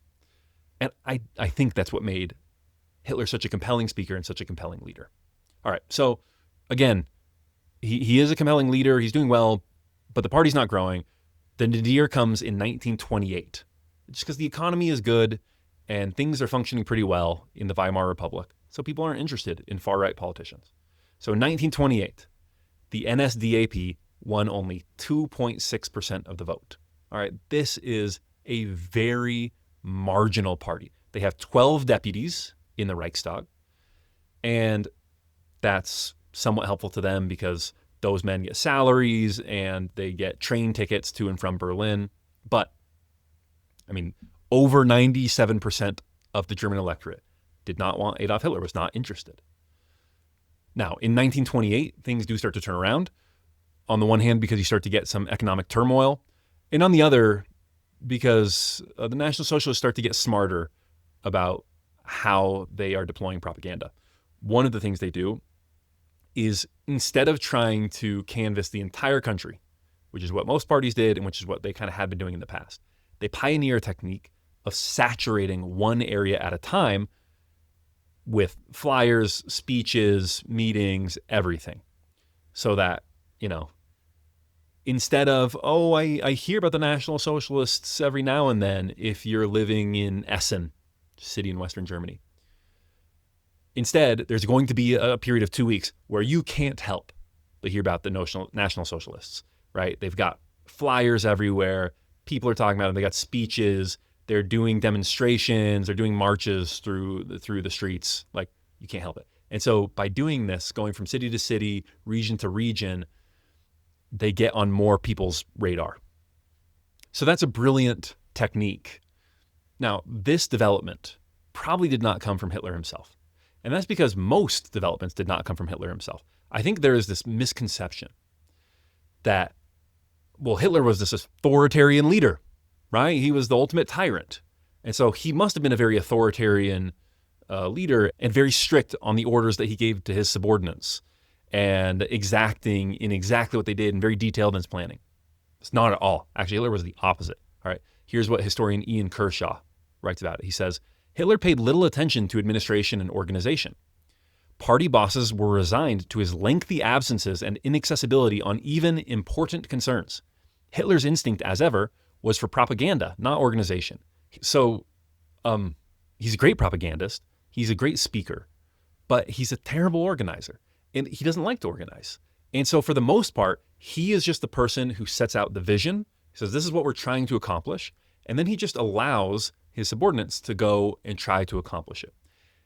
This does actually lead to a lot of initiative on the part of many of his subordinates. It's also very chaotic and leads to a lot of infighting because there are no clear directions. And so when he wants something done, a lot of people are just trying to do it because he doesn't give clear direction on who should do it or how. So there's infighting in terms of turf wars, right? What turf belongs to who within the party. His economic advisor, Otto Wagner, recalls, quote, Hitler actually never issued instructions. He wanted to refrain from making decisions. That's interesting. He didn't like making decisions. Instead, He would outline general principles, and if a decision needed to be made, he would often just wait as long as possible and just kind of let it gestate in his mind and think about it in the background. And then when he couldn't wait any longer, he would finally come out with a reluctant decision, and usually it was the right one, at least in political matters.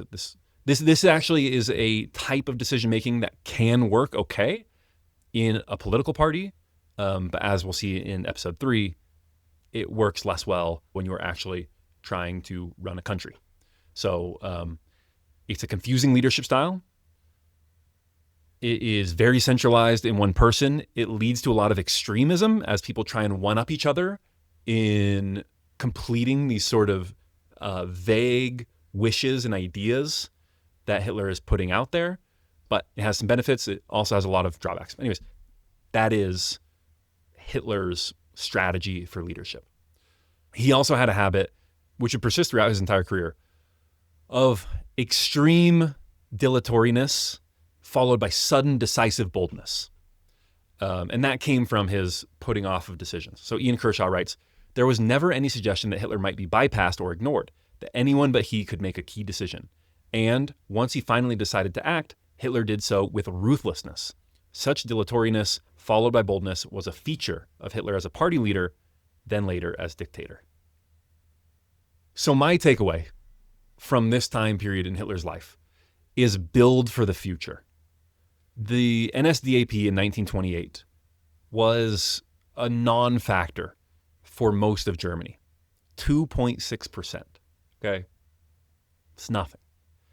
But those years of patient building, the party branches, the propaganda techniques, the networks of loyalty, the quasi-governmental structure within the party itself, where people are thinking about how they would govern and being ready to slot in there, that's exactly what they needed when the Depression hit and people were desperate and frightened, and it was kind of their moment to shine.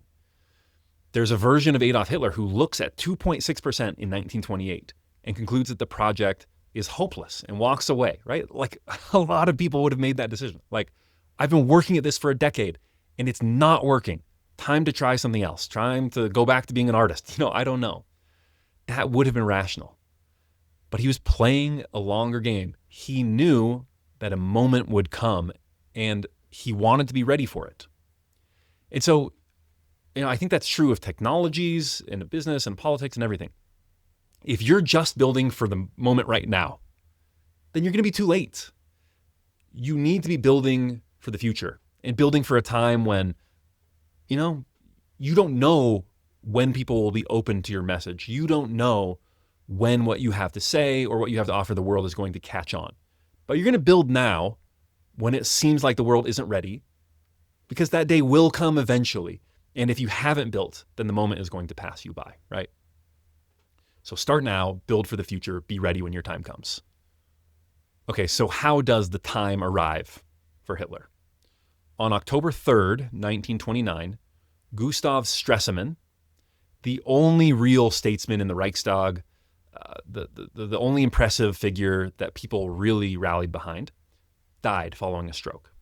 And then 3 weeks later, on October 24th, 1929, the largest stock market in the world, Wall Street, New York, crashed.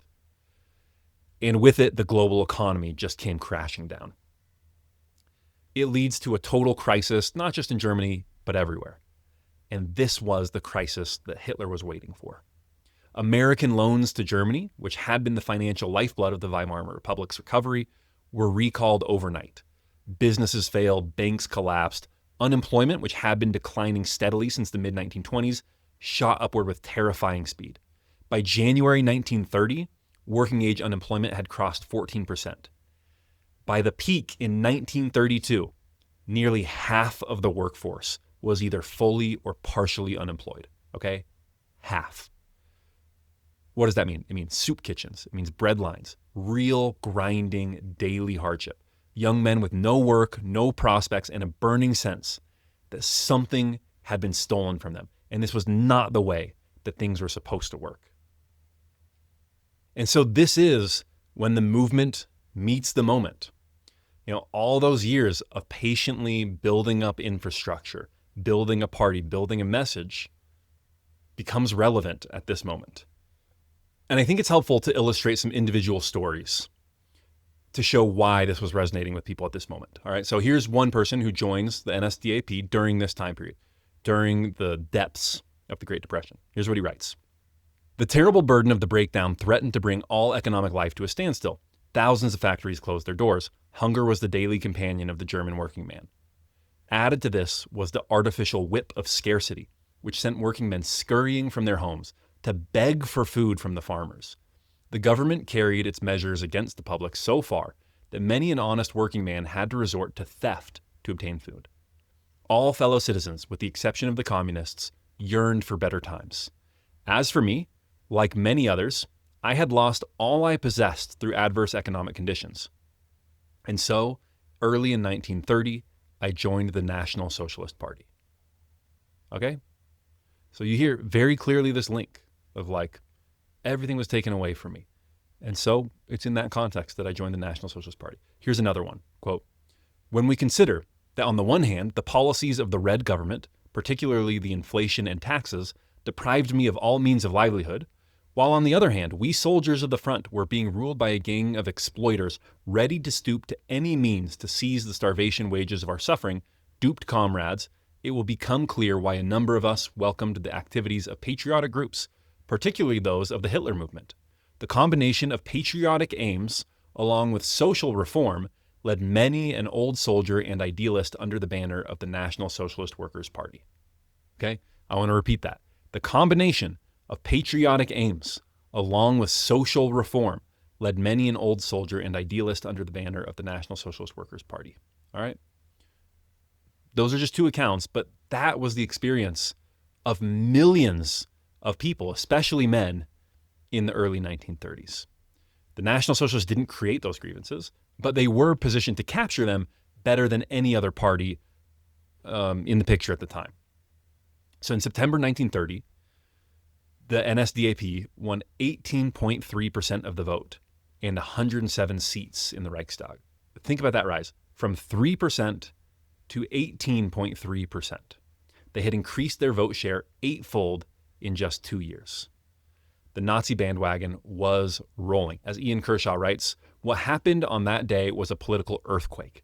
In the most remarkable result in German parliamentary history, the NSDAP advanced at one stroke from the 12 seats and mere 2.6% of the vote gained in 1928 to 107 seats and 18.3%, making it the second largest party in the Reichstag.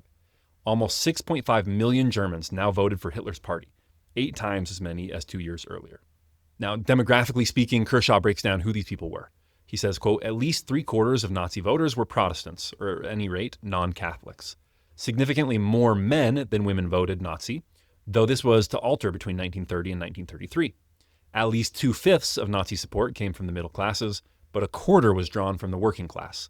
The middle classes were indeed overrepresented among Nazi voters, but the NSDAP was no mere middle-class party as used to be thought. Though not in equal proportions, the Hitler movement could reasonably claim to have won support from all sections of society. No other party throughout the Weimar Republic could claim the same. All right? That's actually very impressive. They do have working class appeal. They have middle class appeal. They have, some elite appeal as well. They're appealing to Catholics and to Protestants. They're appealing to people in the country and to the cities. Primarily men at first, but then that flips by 1933. They're appealing to women as well. The vision was broad enough to hold everyone. If you've been listening to this show for a while, you have heard me advertise Founders. Well, now the host of Founders, David Senra, has a new show where he interviews some of the greatest living founders. And I mean the greats. He's got long-form conversations with people like Daniel Ek of Spotify, Michael Dell, and Michael Ovitz of CAA. They are very in-depth conversations that really strike at the heart of what motivates them, how they think, and what actions they have taken to become the greats in their industries. I really love it. It's another great podcast from David Senra. So check it out. That podcast is called simply David Senra, and you can get it wherever you get your podcasts. Okay, so they're rising so quickly, but they're not the biggest party. They're the second biggest party. So how do they actually go from there? I mean, that is the hardest step to take, right? To actually go from, all right, we're players, but how do we win? How do we become the biggest? So in order to understand sort of the chess match of what happens next, I need to give you a quick primer on the Weimar political system, right? Because you need to understand the machinery to understand how Hitler navigated it. So the Weimar Republic had two centers of executive power. There was the president, who was directly elected. Okay, so everyone voted for a president, kind of like the US. And the president commanded the military, could dissolve parliament, and could rule by emergency decree for up to 60 days while new elections were organized. Okay, so the president is very powerful. But then there was also the Chancellor, who led the government, who needed the confidence of the Reichstag, the German parliament. In practice, it was nearly impossible to build stable majorities from this crazy multi-party system, but the Chancellor is essentially the prime minister. So you have both a prime minister and a president, and they're both very powerful. But the Chancellor position in particular, towards the end of the Weimar Republic, is a very unstable position, which is emblematic of sort of larger instability in the system. The government was deeply dysfunctional, very weak, and consequently very unpopular. The president throughout all of this, his name is Paul von Hindenburg. He's an 84-year-old field marshal, hero of the Battle of Tannenberg, one of the most revered figures in German history. He is a solid conservative who regarded Adolf Hitler as a gauche, fringe upstart. And from 1930 to 1933, he is the central obstacle to Hitler rising to power, okay?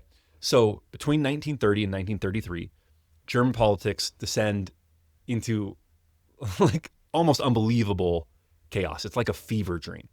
To give you a sense of the street level violence, in July of 1932, in a single month, okay? Just July of 1932, not all 1932, just July, there were 86 political murders in Germany. 86, all right? Think about Charlie Kirk, who was killed in Utah last year, and like, that felt so crazy that someone was being murdered for his politics in the United States.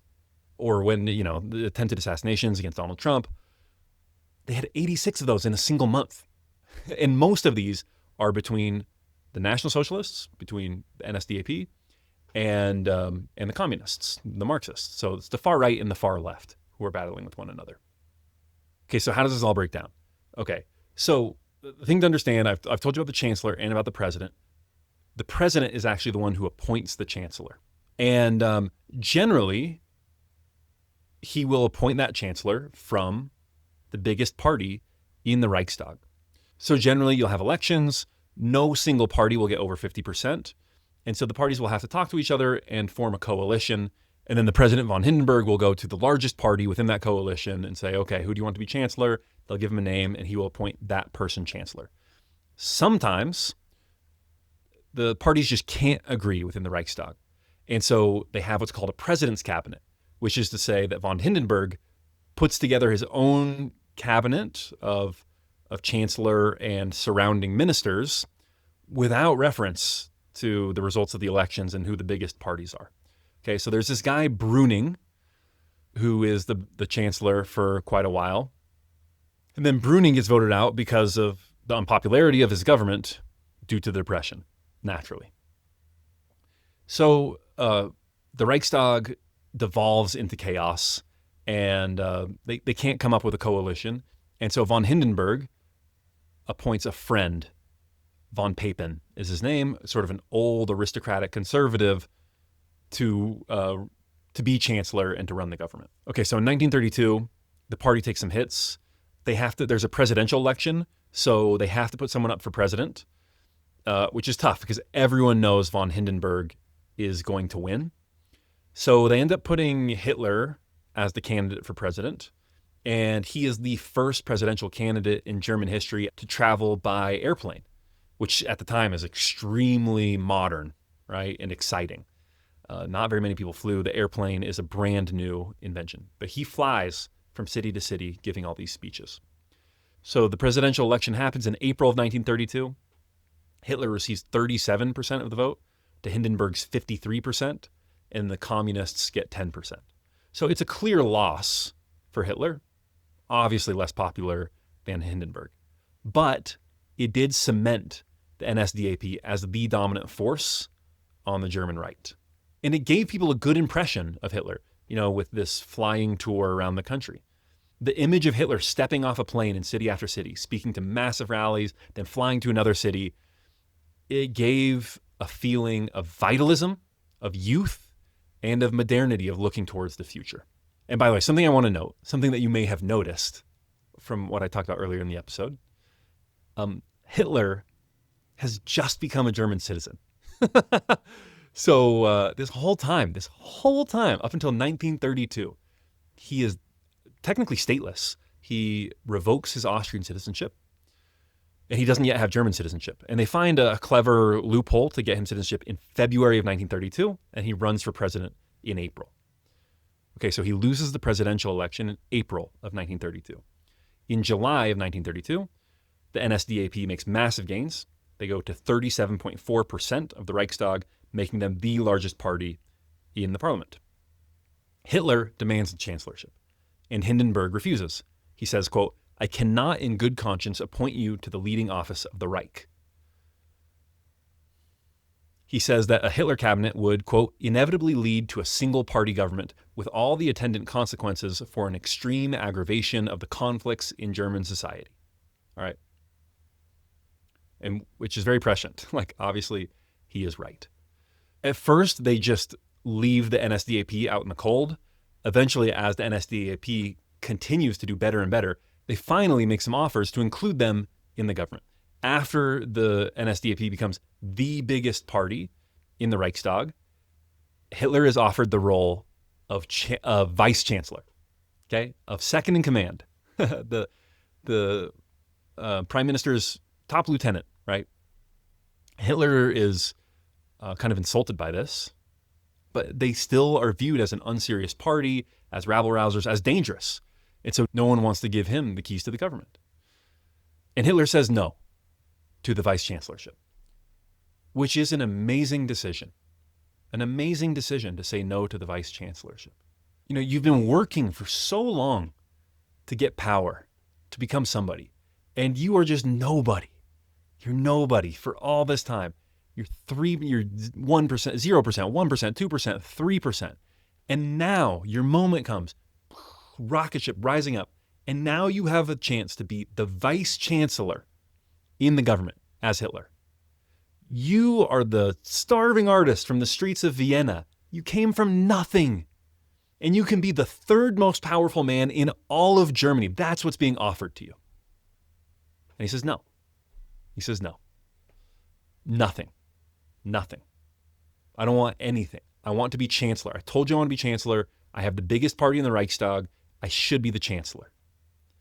And actually, this hurts the party. So the NSDAP loses 2 million votes, fell from 230 to 196 seats in the 1932 election, because a lot of these voters are just sick of it. They say, what have we been supporting you for all this time for? We wanted you to have influence. We wanted you to work for us. You had the chance to be the vice chancellor in Germany, and you turned it down. But Hitler, going back to, this kind of main character theory, he didn't want to be the side character in someone else's show. He didn't want to be responsible for someone else's results. He knew that he would be tainted by his affiliation with a dysfunctional government if he joined it as vice chancellor. So it really speaks to Hitler's ability to see what is most important and insist on that. He knew what would unlock everything else, which is becoming chancellor, and he wouldn't settle for anything else.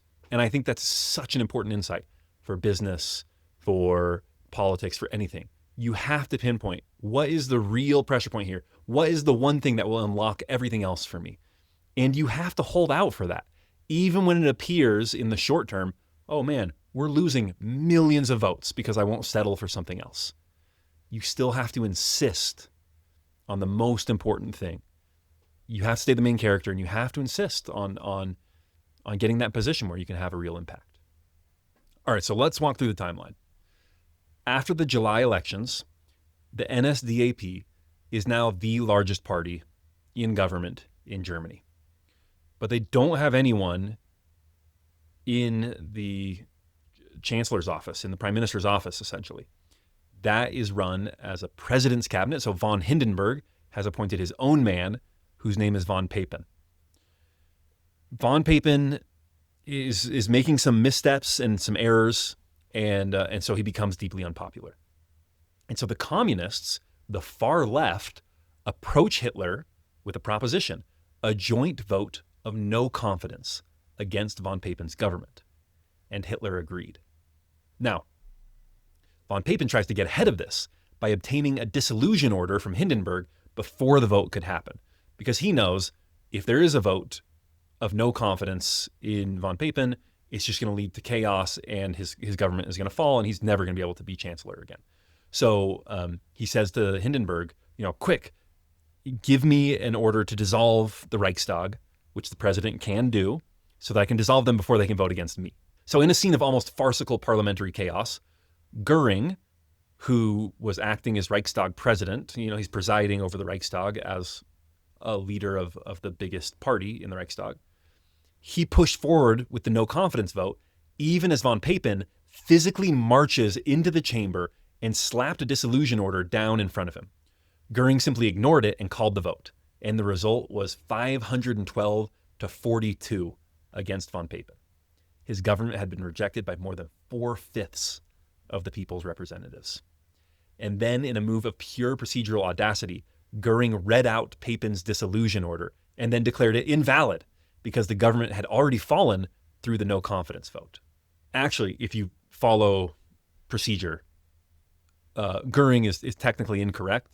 Technically, based on the timing, it was dissolved and it was an illegitimate vote, but it doesn't matter because for propaganda purposes, this is still just a huge repudiation of von Papen's government. So in November of 1932, new elections are held, and this is when the NSDAP hits its wall. Party coffers were empty. There's huge election fatigue. People are frustrated that the Nazis kept refusing to participate in government, and the results show 2 million people defect from voting for the NSDAP. Seats fell from 230 to 196, and the biggest winners were the far left communist parties. People are basically saying, all right, we tried things, the status quo, didn't work. We tried voting for the far right, for the National Socialist Party, and they refused to participate in government, so that didn't work either. I guess let's try the communists. Let's try the Marxists. Maybe they can make things work. So 1932 is a huge setback for the National Socialists and for Hitler in particular. And it seemed like a repudiation of his strategy not to accept the vice chancellorship from von Papen. It's like, what were you doing, man? You should have just participated in government. That's what everyone else thinks. There were genuine questions about whether the Nazi movement had passed, whether the movement would slowly, it was too big to just go to zero, right? But would just shrink in influence until it was just a minor party once again. So the government that forms in 1932 has to once again be appointed by von Hindenburg. And this time it's not von Papen. It's a guy by the name of Schleicher. All right. And Schleicher had been von Papen's friend, a close friend and confidant. They had worked together. And so von Papen sees this as a major betrayal. So Schleicher comes into government, but then he too just makes some huge errors that are deeply unpopular. So his government only lasts from November to February, from November 1932 to February of 1933. And most people would panic during this time, right? Would panic. Like, we crested. We had been so close to power. We were the biggest party. And now we're receding. Now we're just taking a huge hit. But Hitler applied one of his characteristic strategies, one that he used all the time, and that was doing nothing. Hitler was excellent at doing nothing, right? At hanging out in cafes. And while this often seemed like, he's a dilettante, he's a bohemian, he's not doing anything, according to Hitler, according to what he told his economic advisor, Wagner, there actually was a strategy behind this. And I think it's pretty clever. Listen to what he said. This is Wagner quoting what Hitler told him. He said, quote, "Politics was always a struggle, a pressure one side tries to exert. If one pushed back, the attack might be reinforced. But if one evaded and offered no resistance whatsoever, then the push stopped being a push and became a mere gust of wind, which dissipated itself." Okay? That's just so clever. Like, if you can't win, just don't give them anything to push against. Just do nothing. Just evaporate into air. So that's what he does from November to February 1932 to 1933. He just kind of disappears and waits for his enemies to destroy themselves. And they do. The political situation kept deteriorating for everyone else. Von Papen, okay, so again, von Papen for most of 1932 is the Chancellor. In November, his friend Schleicher betrays him. So he's deeply resentful. So Schleicher is only Chancellor from November to February. And then von Papen, who is now deeply resentful of Schleicher, begins secret negotiations with Hitler. He hadn't wanted to work with him before because, von Papen, he's a conservative guy. He doesn't associate with these rabble-rousers, with these far-right provocateurs, with these bohemians, okay. So, but now he's like, you know what? Screw Schleicher. I hate that guy. He was my friend and he betrayed me. So I'm going to do the thing that makes most sense to betray him and to stab him in the back. And he convinced himself that he could use Hitler, that with Papen in the cabinet, with conservatives holding the key appointments, with their networks and their experience and their institutional connections, Hitler could be the front man while they pulled the strings, right? Besides, Hitler, he's naive. He's never been in government. He doesn't know how this works. We conservatives, we've been in government all the time, right? So we'll have no problem sort of hemming him in and keeping him in line. And so he tells that to Hindenburg. He says, look, things have been so chaotic. I actually think we can just form a government with the NSDAP. And we'll let Hitler be Chancellor finally. And we'll just take all the appointments around him, basically. And we'll keep him from doing anything too crazy. That's his pitch to Hindenburg. And Hindenburg is like, you know what? I'm so tired of these revolving chancellors, of all these unstable governments, of no one being able to actually get anything done, that I'm listening, that I'm willing to hear you out. So von Papen and Hitler negotiate a deal. And on January 30th, 1933, von Hindenburg reluctantly appointed Adolf Hitler as Chancellor of the German Reich. It almost fell apart at the very last minute. Hitler and von Papen, in one of these great moments of history, were outside the doors of Hindenburg's office, still negotiating furiously over cabinet appointments. The whole thing nearly collapsed at the 11th hour. Papen really wanted to make sure to be able to hem in Hitler. And Hitler, the chancellorship is the big thing he's holding out for. But he does still want enough National Socialist representation in the government with other cabinet positions that he can get some things done. So he says, look, I'm willing to be hemmed in. I'm willing to let you have the majority of the appointments, but I do need these 2 or 3 key crucial ones. They do strike a deal at the very last minute. So they walk in, Hindenburg is like, what is going on? Why have I been waiting in here? But the whole thing does go off in the end. And Hindenburg invites them into his office to make Hitler Chancellor. Ludendorff, who had known Hitler longer than almost anyone, immediately wrote to Hindenburg. He wrote, quote, "You have delivered up our holy German fatherland to one of the greatest demagogues of all time. I solemnly prophesy that this accursed man will cast our Reich into the abyss and bring our nation to inconceivable misery. Future generations will damn you in your grave for what you have done." Now, of course, others were not so worried. Franz von Papen said, quote, "We've hired him." One of his associates, Alfred Hugenberg, said, "We're boxing Hitler in." All right, they really believed this. They believed that they had brought Hitler's electoral credibility and his popularity to support their government. That is what they thought was happening. And they were, of course, catastrophically, historically wrong about that. Hitler was not boxed in. Hitler was not their puppet. Hitler was not their employee. That afternoon, the members of the Hitler cabinet trooped into Hindenburg's room. Hindenburg, who had been kept waiting, was piqued about it, gave a brief welcoming address. Hitler solemnly swore to carry out his obligations without party interests and for the good of the whole nation. And the old field marshal acknowledged the sentiments with a single sentence. "And now, gentlemen, forward with God." Goebbels wrote in his diary that night, quote, "Hitler is Reich Chancellor, just like a fairy tale." And imagine, it must have felt that way. Imagine how far they had come. From a starving artist, a literally starving artist, in homeless shelters on the streets of Vienna, to a soldier dodging shells in World War I, to a fringe speaker in a minor political party on the fringes of the scene of Munich, to one of the smallest parties in the Reichstag, to a large party that was still nevertheless not taken seriously by the true decision makers. At every step of the way, there had been opposition. There had been reason to believe that it would never happen. This just couldn't happen. These weren't serious people, that this was all a dream. But now the dream was finally real. The conservatives expected a tame partner, someone who would be awed by the position that he was now occupying and would be willing to defer to them who had experience in government. But they were very surprised by what they found.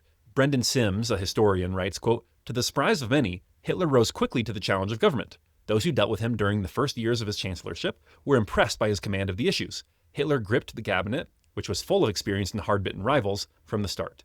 He made no attempt to monopolize proceedings, and with a few exceptions refrained from launching into the kind of lengthy tirades which he famously indulged in later.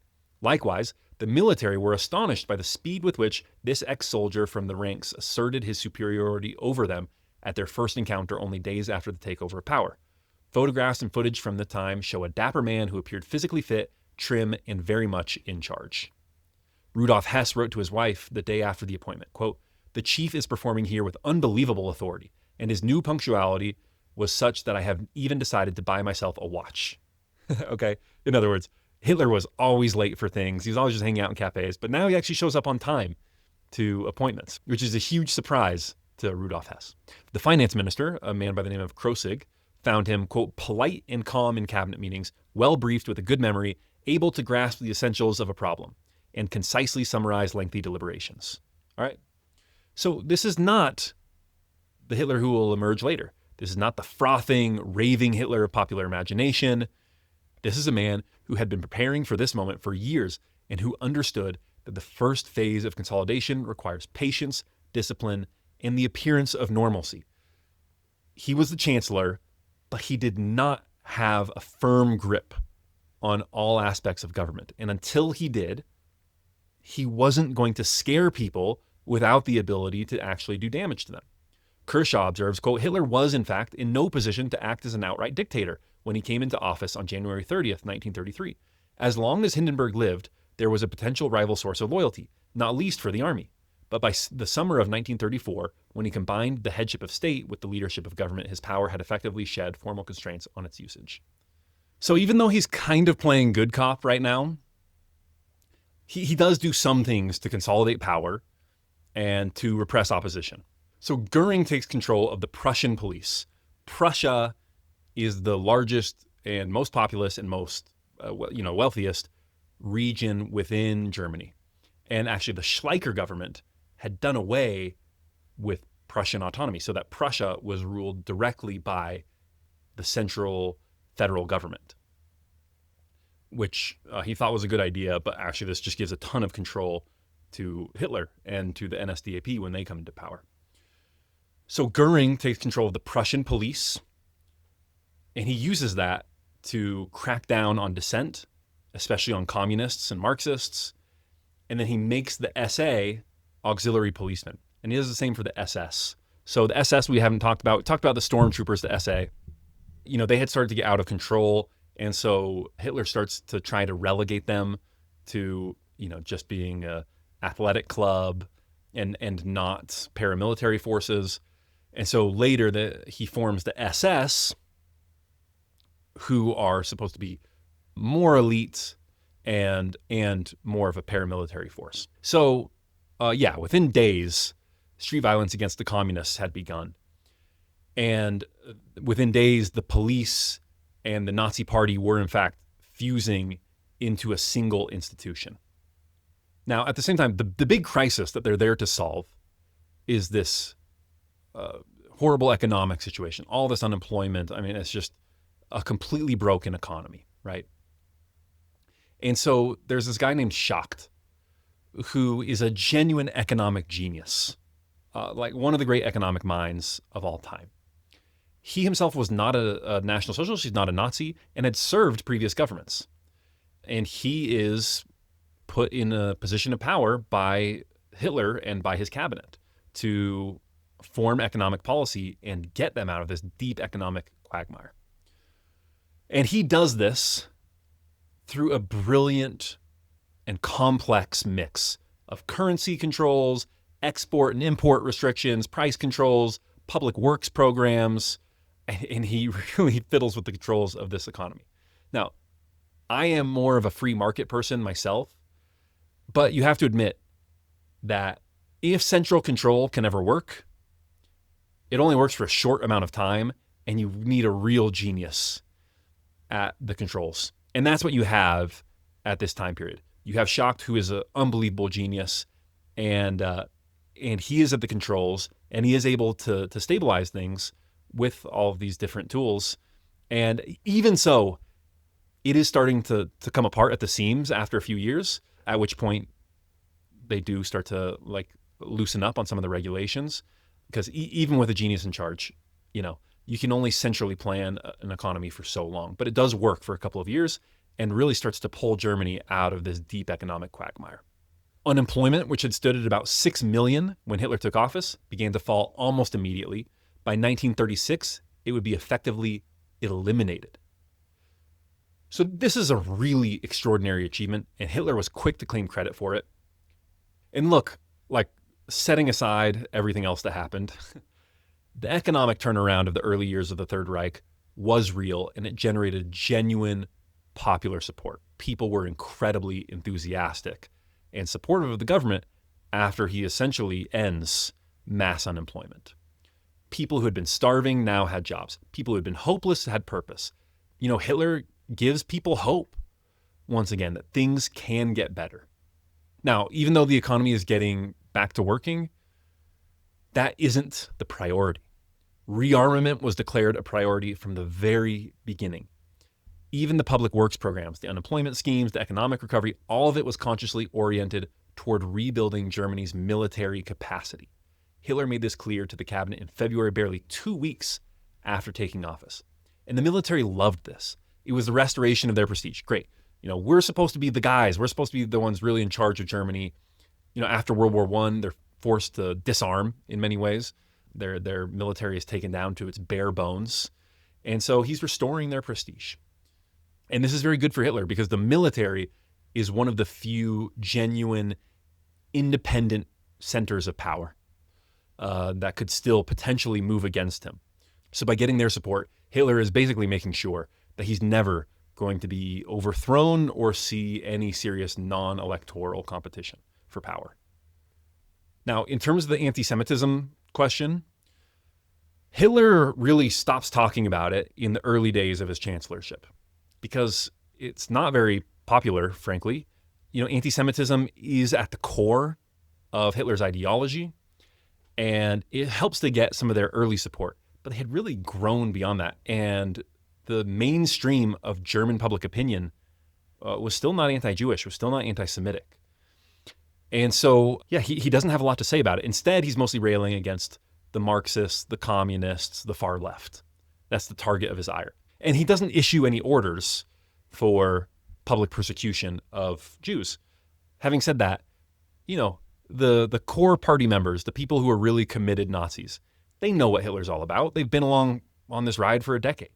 And so they take matters into their own hands often. And so there is definitely a rise in anti-Jewish crimes, but it's mostly just kind of hooligans and street violence. And there's not like a big movement of Jews to try and emigrate from Germany.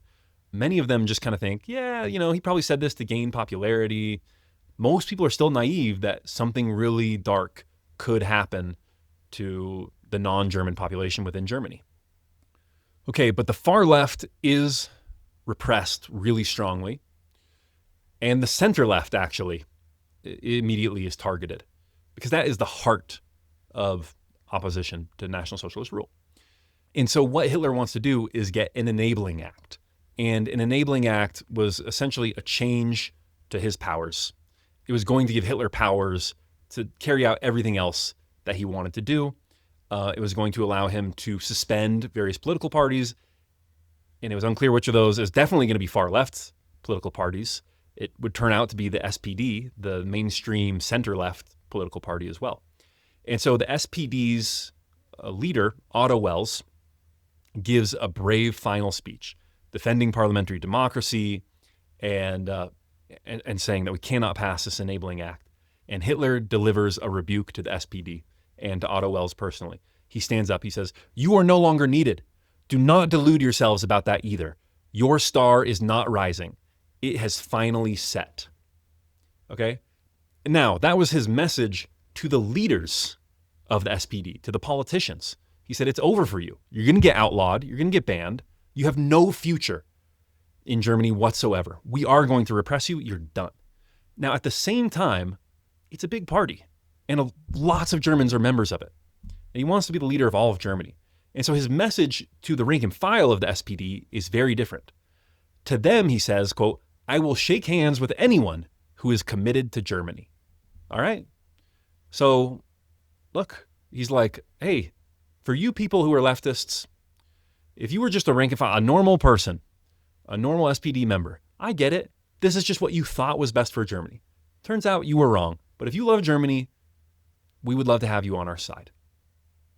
Now, the Enabling Act passed on March 23rd, 1933, by a vote of 441 to 94. The 94 were the SPD deputies who voted no, and they knew they had no shot, but they wanted to register their opposition to the end of democracy in Germany.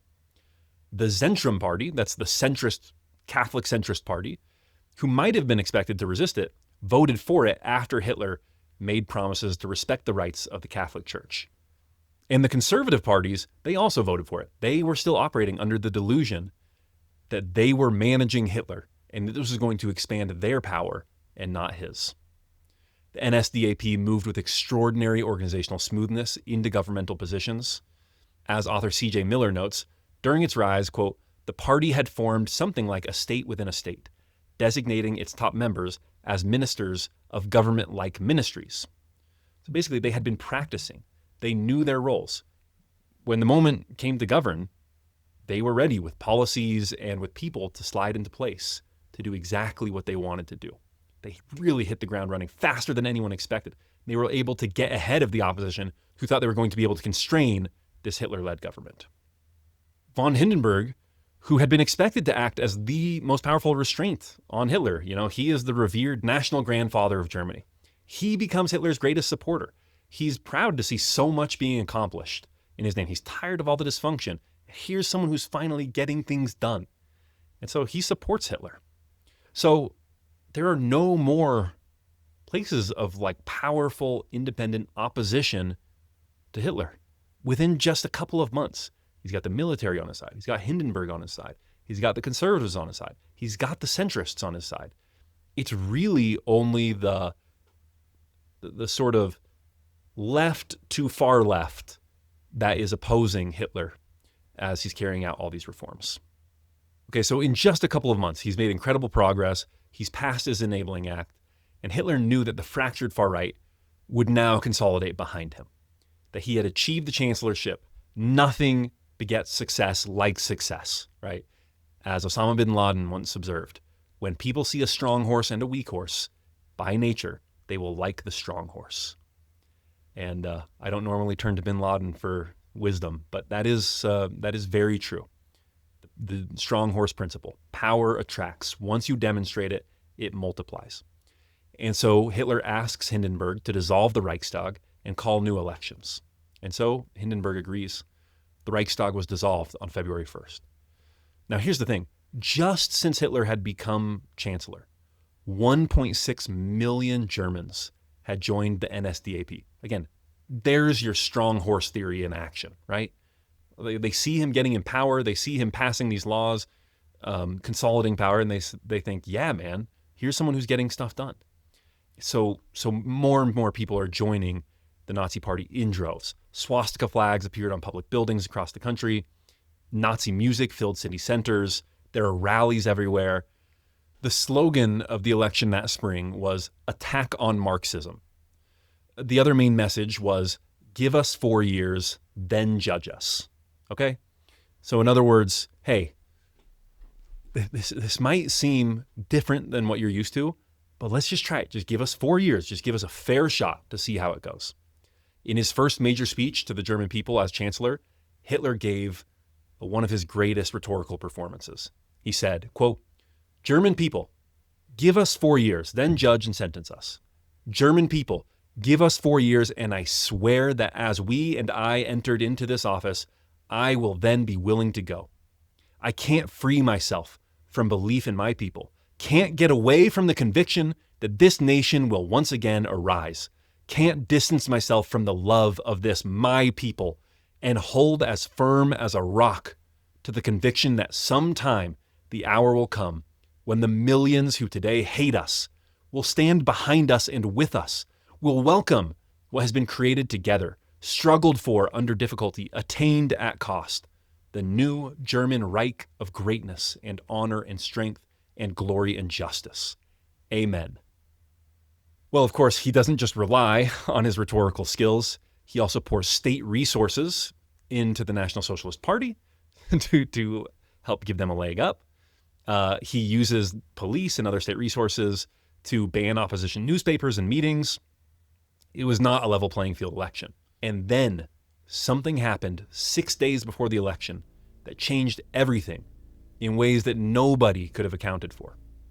On the evening of February 27th, 1933, Hermann Goering was working late in his Berlin office. Around 9 o'clock, he arose from his desk and walked to the window. In the distance, somewhat to the southeast, there was an orange glow in the sky. He went for a closer look, and what he found when he arrived at the Reichstag, the great neo-Gothic palace that housed the German parliament, one of the most recognizable landmarks in the German capital, the physical symbol of German democracy itself, was that it was on fire. The fire had started in the plenary chamber, the great domed hall where the Reichstag met for its sessions.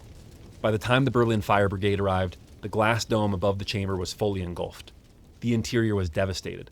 The heavy curtains, the wooden furnishings, the ornate decorative paneling, everything that could burn was burning.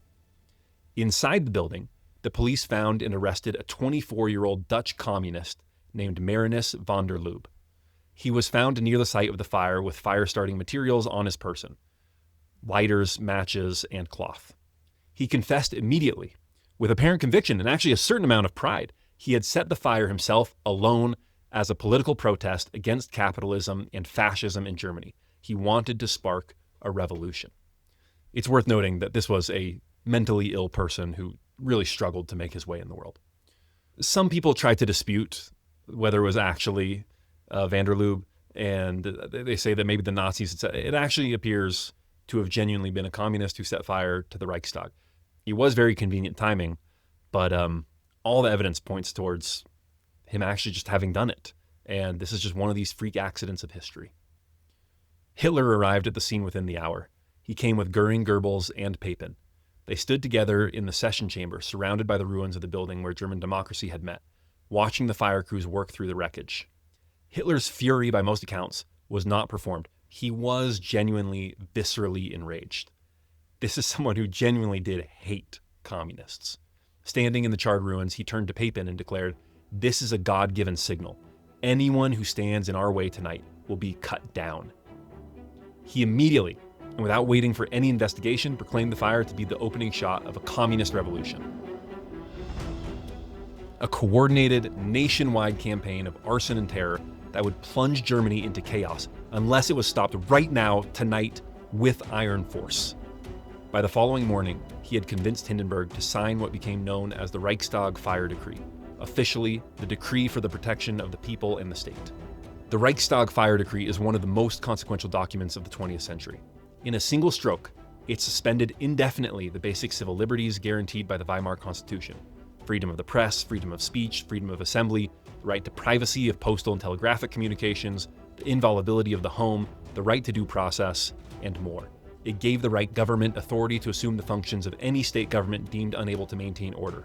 It established the constitutional legal framework, such as it was, for everything that followed under Hitler.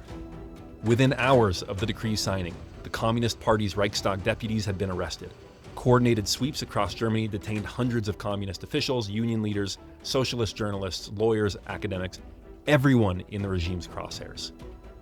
6 days later, on March 5th, 1933, the elections were held. Under these conditions of mass intimidation, of state coercion, the NSDAP won 43.9% of the vote. Okay? Which is actually kind of a remarkable fact. They still only won 44% of the vote. However, together with their coalition partners in the German National People's Party, which is sort of the center-right nationalist party, they had a narrow but workable parliamentary majority. It wasn't the overwhelming mandate Hitler had wanted. He had hoped that the NSDAP would win over 50% of the vote, but it was enough, especially with the communist deputies excluded from the Reichstag under the terms of the emergency decree. With the leftist parties declared illegal, Hitler and his allies had an overwhelming majority in the Reichstag and the numbers to do essentially whatever they wanted. Over the following months, Hindenburg's health declined, and he died in August of 1934. In the hours after his death, Hitler combined the offices of Chancellor and President into a single new title, Führer and Reich Chancellor. The military, as previously arranged, swore a personal oath of loyalty to Hitler himself, rather than to Germany or the Constitution. The transformation was complete. Kershaw's summation of Hitler as a politician in the end is this, quote, Hitler rejected all compromise, but he did not in the end overdo it. Hitler was not infallible, but he indeed made the fewest mistakes. He settled for just enough, securing not so much power itself as the power to achieve power. All right? The power to achieve power. That is the key to understanding everything. He didn't seize power in one dramatic coup. He maneuvered himself, step by patient step, into the position from which power could be assembled. And from that position, he assembled it with terrifying efficiency. All right, so let me land the plane here. So we start the episode with Hitler flat on his back, dragged to the ground, thinking he's been shot, but with his arm dislocated as the beer hall putsch is failing.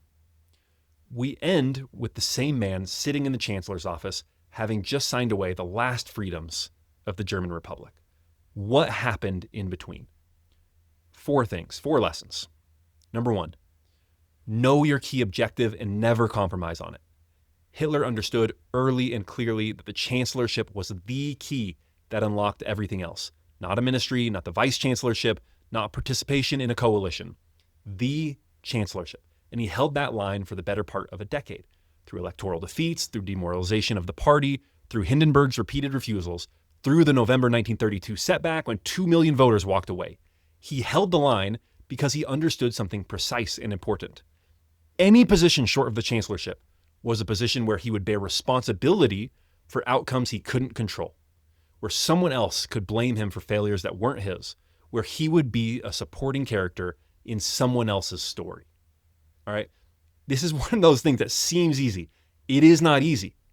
Think about what it actually means in practice to go from a down-on-his-luck artist sleeping in Viennese homeless shelters to being offered the vice-chancellorship of Germany, one of the most powerful positions in one of the most powerful countries in the world, and to say no, to say not good enough, come back with a better offer. It requires an almost inhuman clarity about what you actually want and an almost inhuman willingness to refuse everything that isn't that.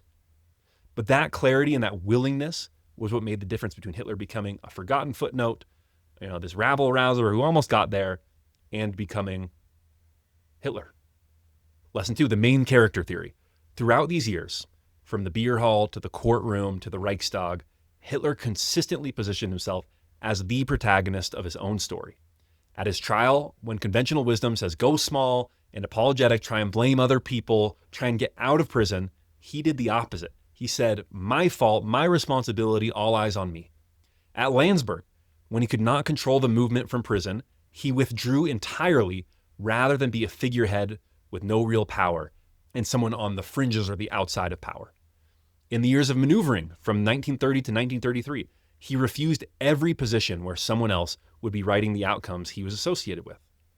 The practical application is whenever you are considering a new role, a new responsibility, a new position, ask yourself honestly whether you will control the outcomes you'll be held responsible for. If the answer is no, think very carefully before accepting. It's better to remain in a smaller role where you have genuine control than to take a larger role where you will be blamed for things that you can't change. A phenomenal example of this is Horatio Nelson, the great British admiral. As a British admiral, you want to be the captain of a ship, and then you want to work your way up a fleet. So you want to go from on the flagship to becoming a vice admiral to becoming the admiral, right? But that's not the path Horatio Nelson takes. He goes from being a captain to being in charge of the frigates, which are the small ships. They take the communications, they're the smaller ships. And he does that for this very reason, because he's in charge. He's only responsible for the outcomes that he can actually control. So it's better to take a lower appointment where you have more control than to go up to being vice admiral where, hey, it's more prestige, but I don't actually control my own outcomes. Okay, so think about positions with that paradigm in mind. You always want to be the main character. Lesson 3, have a vision and articulate it clearly. The genius of Hitler's political vision was its combination of simplicity and stability. Germany humiliated, Germany reborn, Germany great. That was the vision. Everything else was detail. The 25-point program was deliberately vague. It gave people an idea of sort of directionally the kinds of things they were thinking about. Mein Kampf was deliberately broad. The details were left pretty fuzzy so that different people could project their own hopes onto the movement. Farmers, workers, veterans, small businessmen, urban workers, the rural, women, men, the poor, aristocrats, whatever. The vision was big enough to hold all of them. And because the vision was stable, because it didn't shift with every political wind, it gave Hitler enormous tactical flexibility. Having said that, everyone knew what Hitler stood for. Everyone knew what National Socialism meant. The vision may have been intentionally vague, but it was clear in the ways that it needed to be. And not only was it clear, it was incredibly inspiring to the right people. And then number 4, build for the future. In 1928, the NSDAP won 2.6% of the German vote. Nobody was paying attention to them. The good times had made them irrelevant. But they were building, they were preparing for when their moment might come, organizing local branches, creating this kind of quasi-governmental party structure where people would be ready to step directly into government. And when the Depression hit, and people were looking for new voices and fringe ideas, and should we give someone else a try? The National Socialist Party was ready. Okay, so the lesson is you have to build when it seems like the world still isn't ready for your message.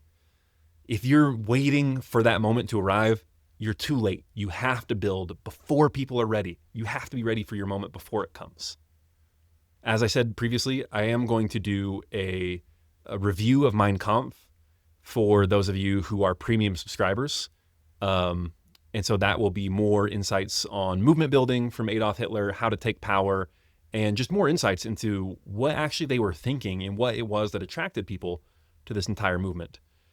So that episode will be coming out very shortly if you are a premium subscriber. If you would like to subscribe, you can do so at takeoverpod.supercast.com or in-app on Apple Podcasts. If you're not a premium subscriber and you're tuning out now, thank you very much for listening to How to Take Over the World.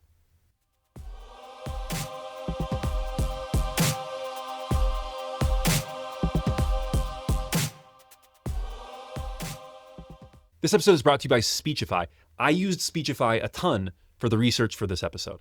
Speechify turns anything into a podcast. So I will take the books that I am reading, I'll put them into Speechify, and then I will read as I'm listening, which gives me higher retention of the books that I'm reading. Also, when I have Speechify open, I can just make highlights and take notes right there in Speechify, which then I can take over to my notes that I use for these episodes. So Speechify has been incredibly useful for me. I think you'll love it. I think everyone would love it. I think Speechify is just a really great piece of software. And if you're a real sicko for How to Take Over the World, you can even listen to anything in my voice on Speechify. I am one of the official voices of Speechify. So using AI, you can have me read whatever you would like to. So check it out. You can go to speechify.com/Ben to get 15% off Speechify Premium. That is, again, speechify.com/Ben.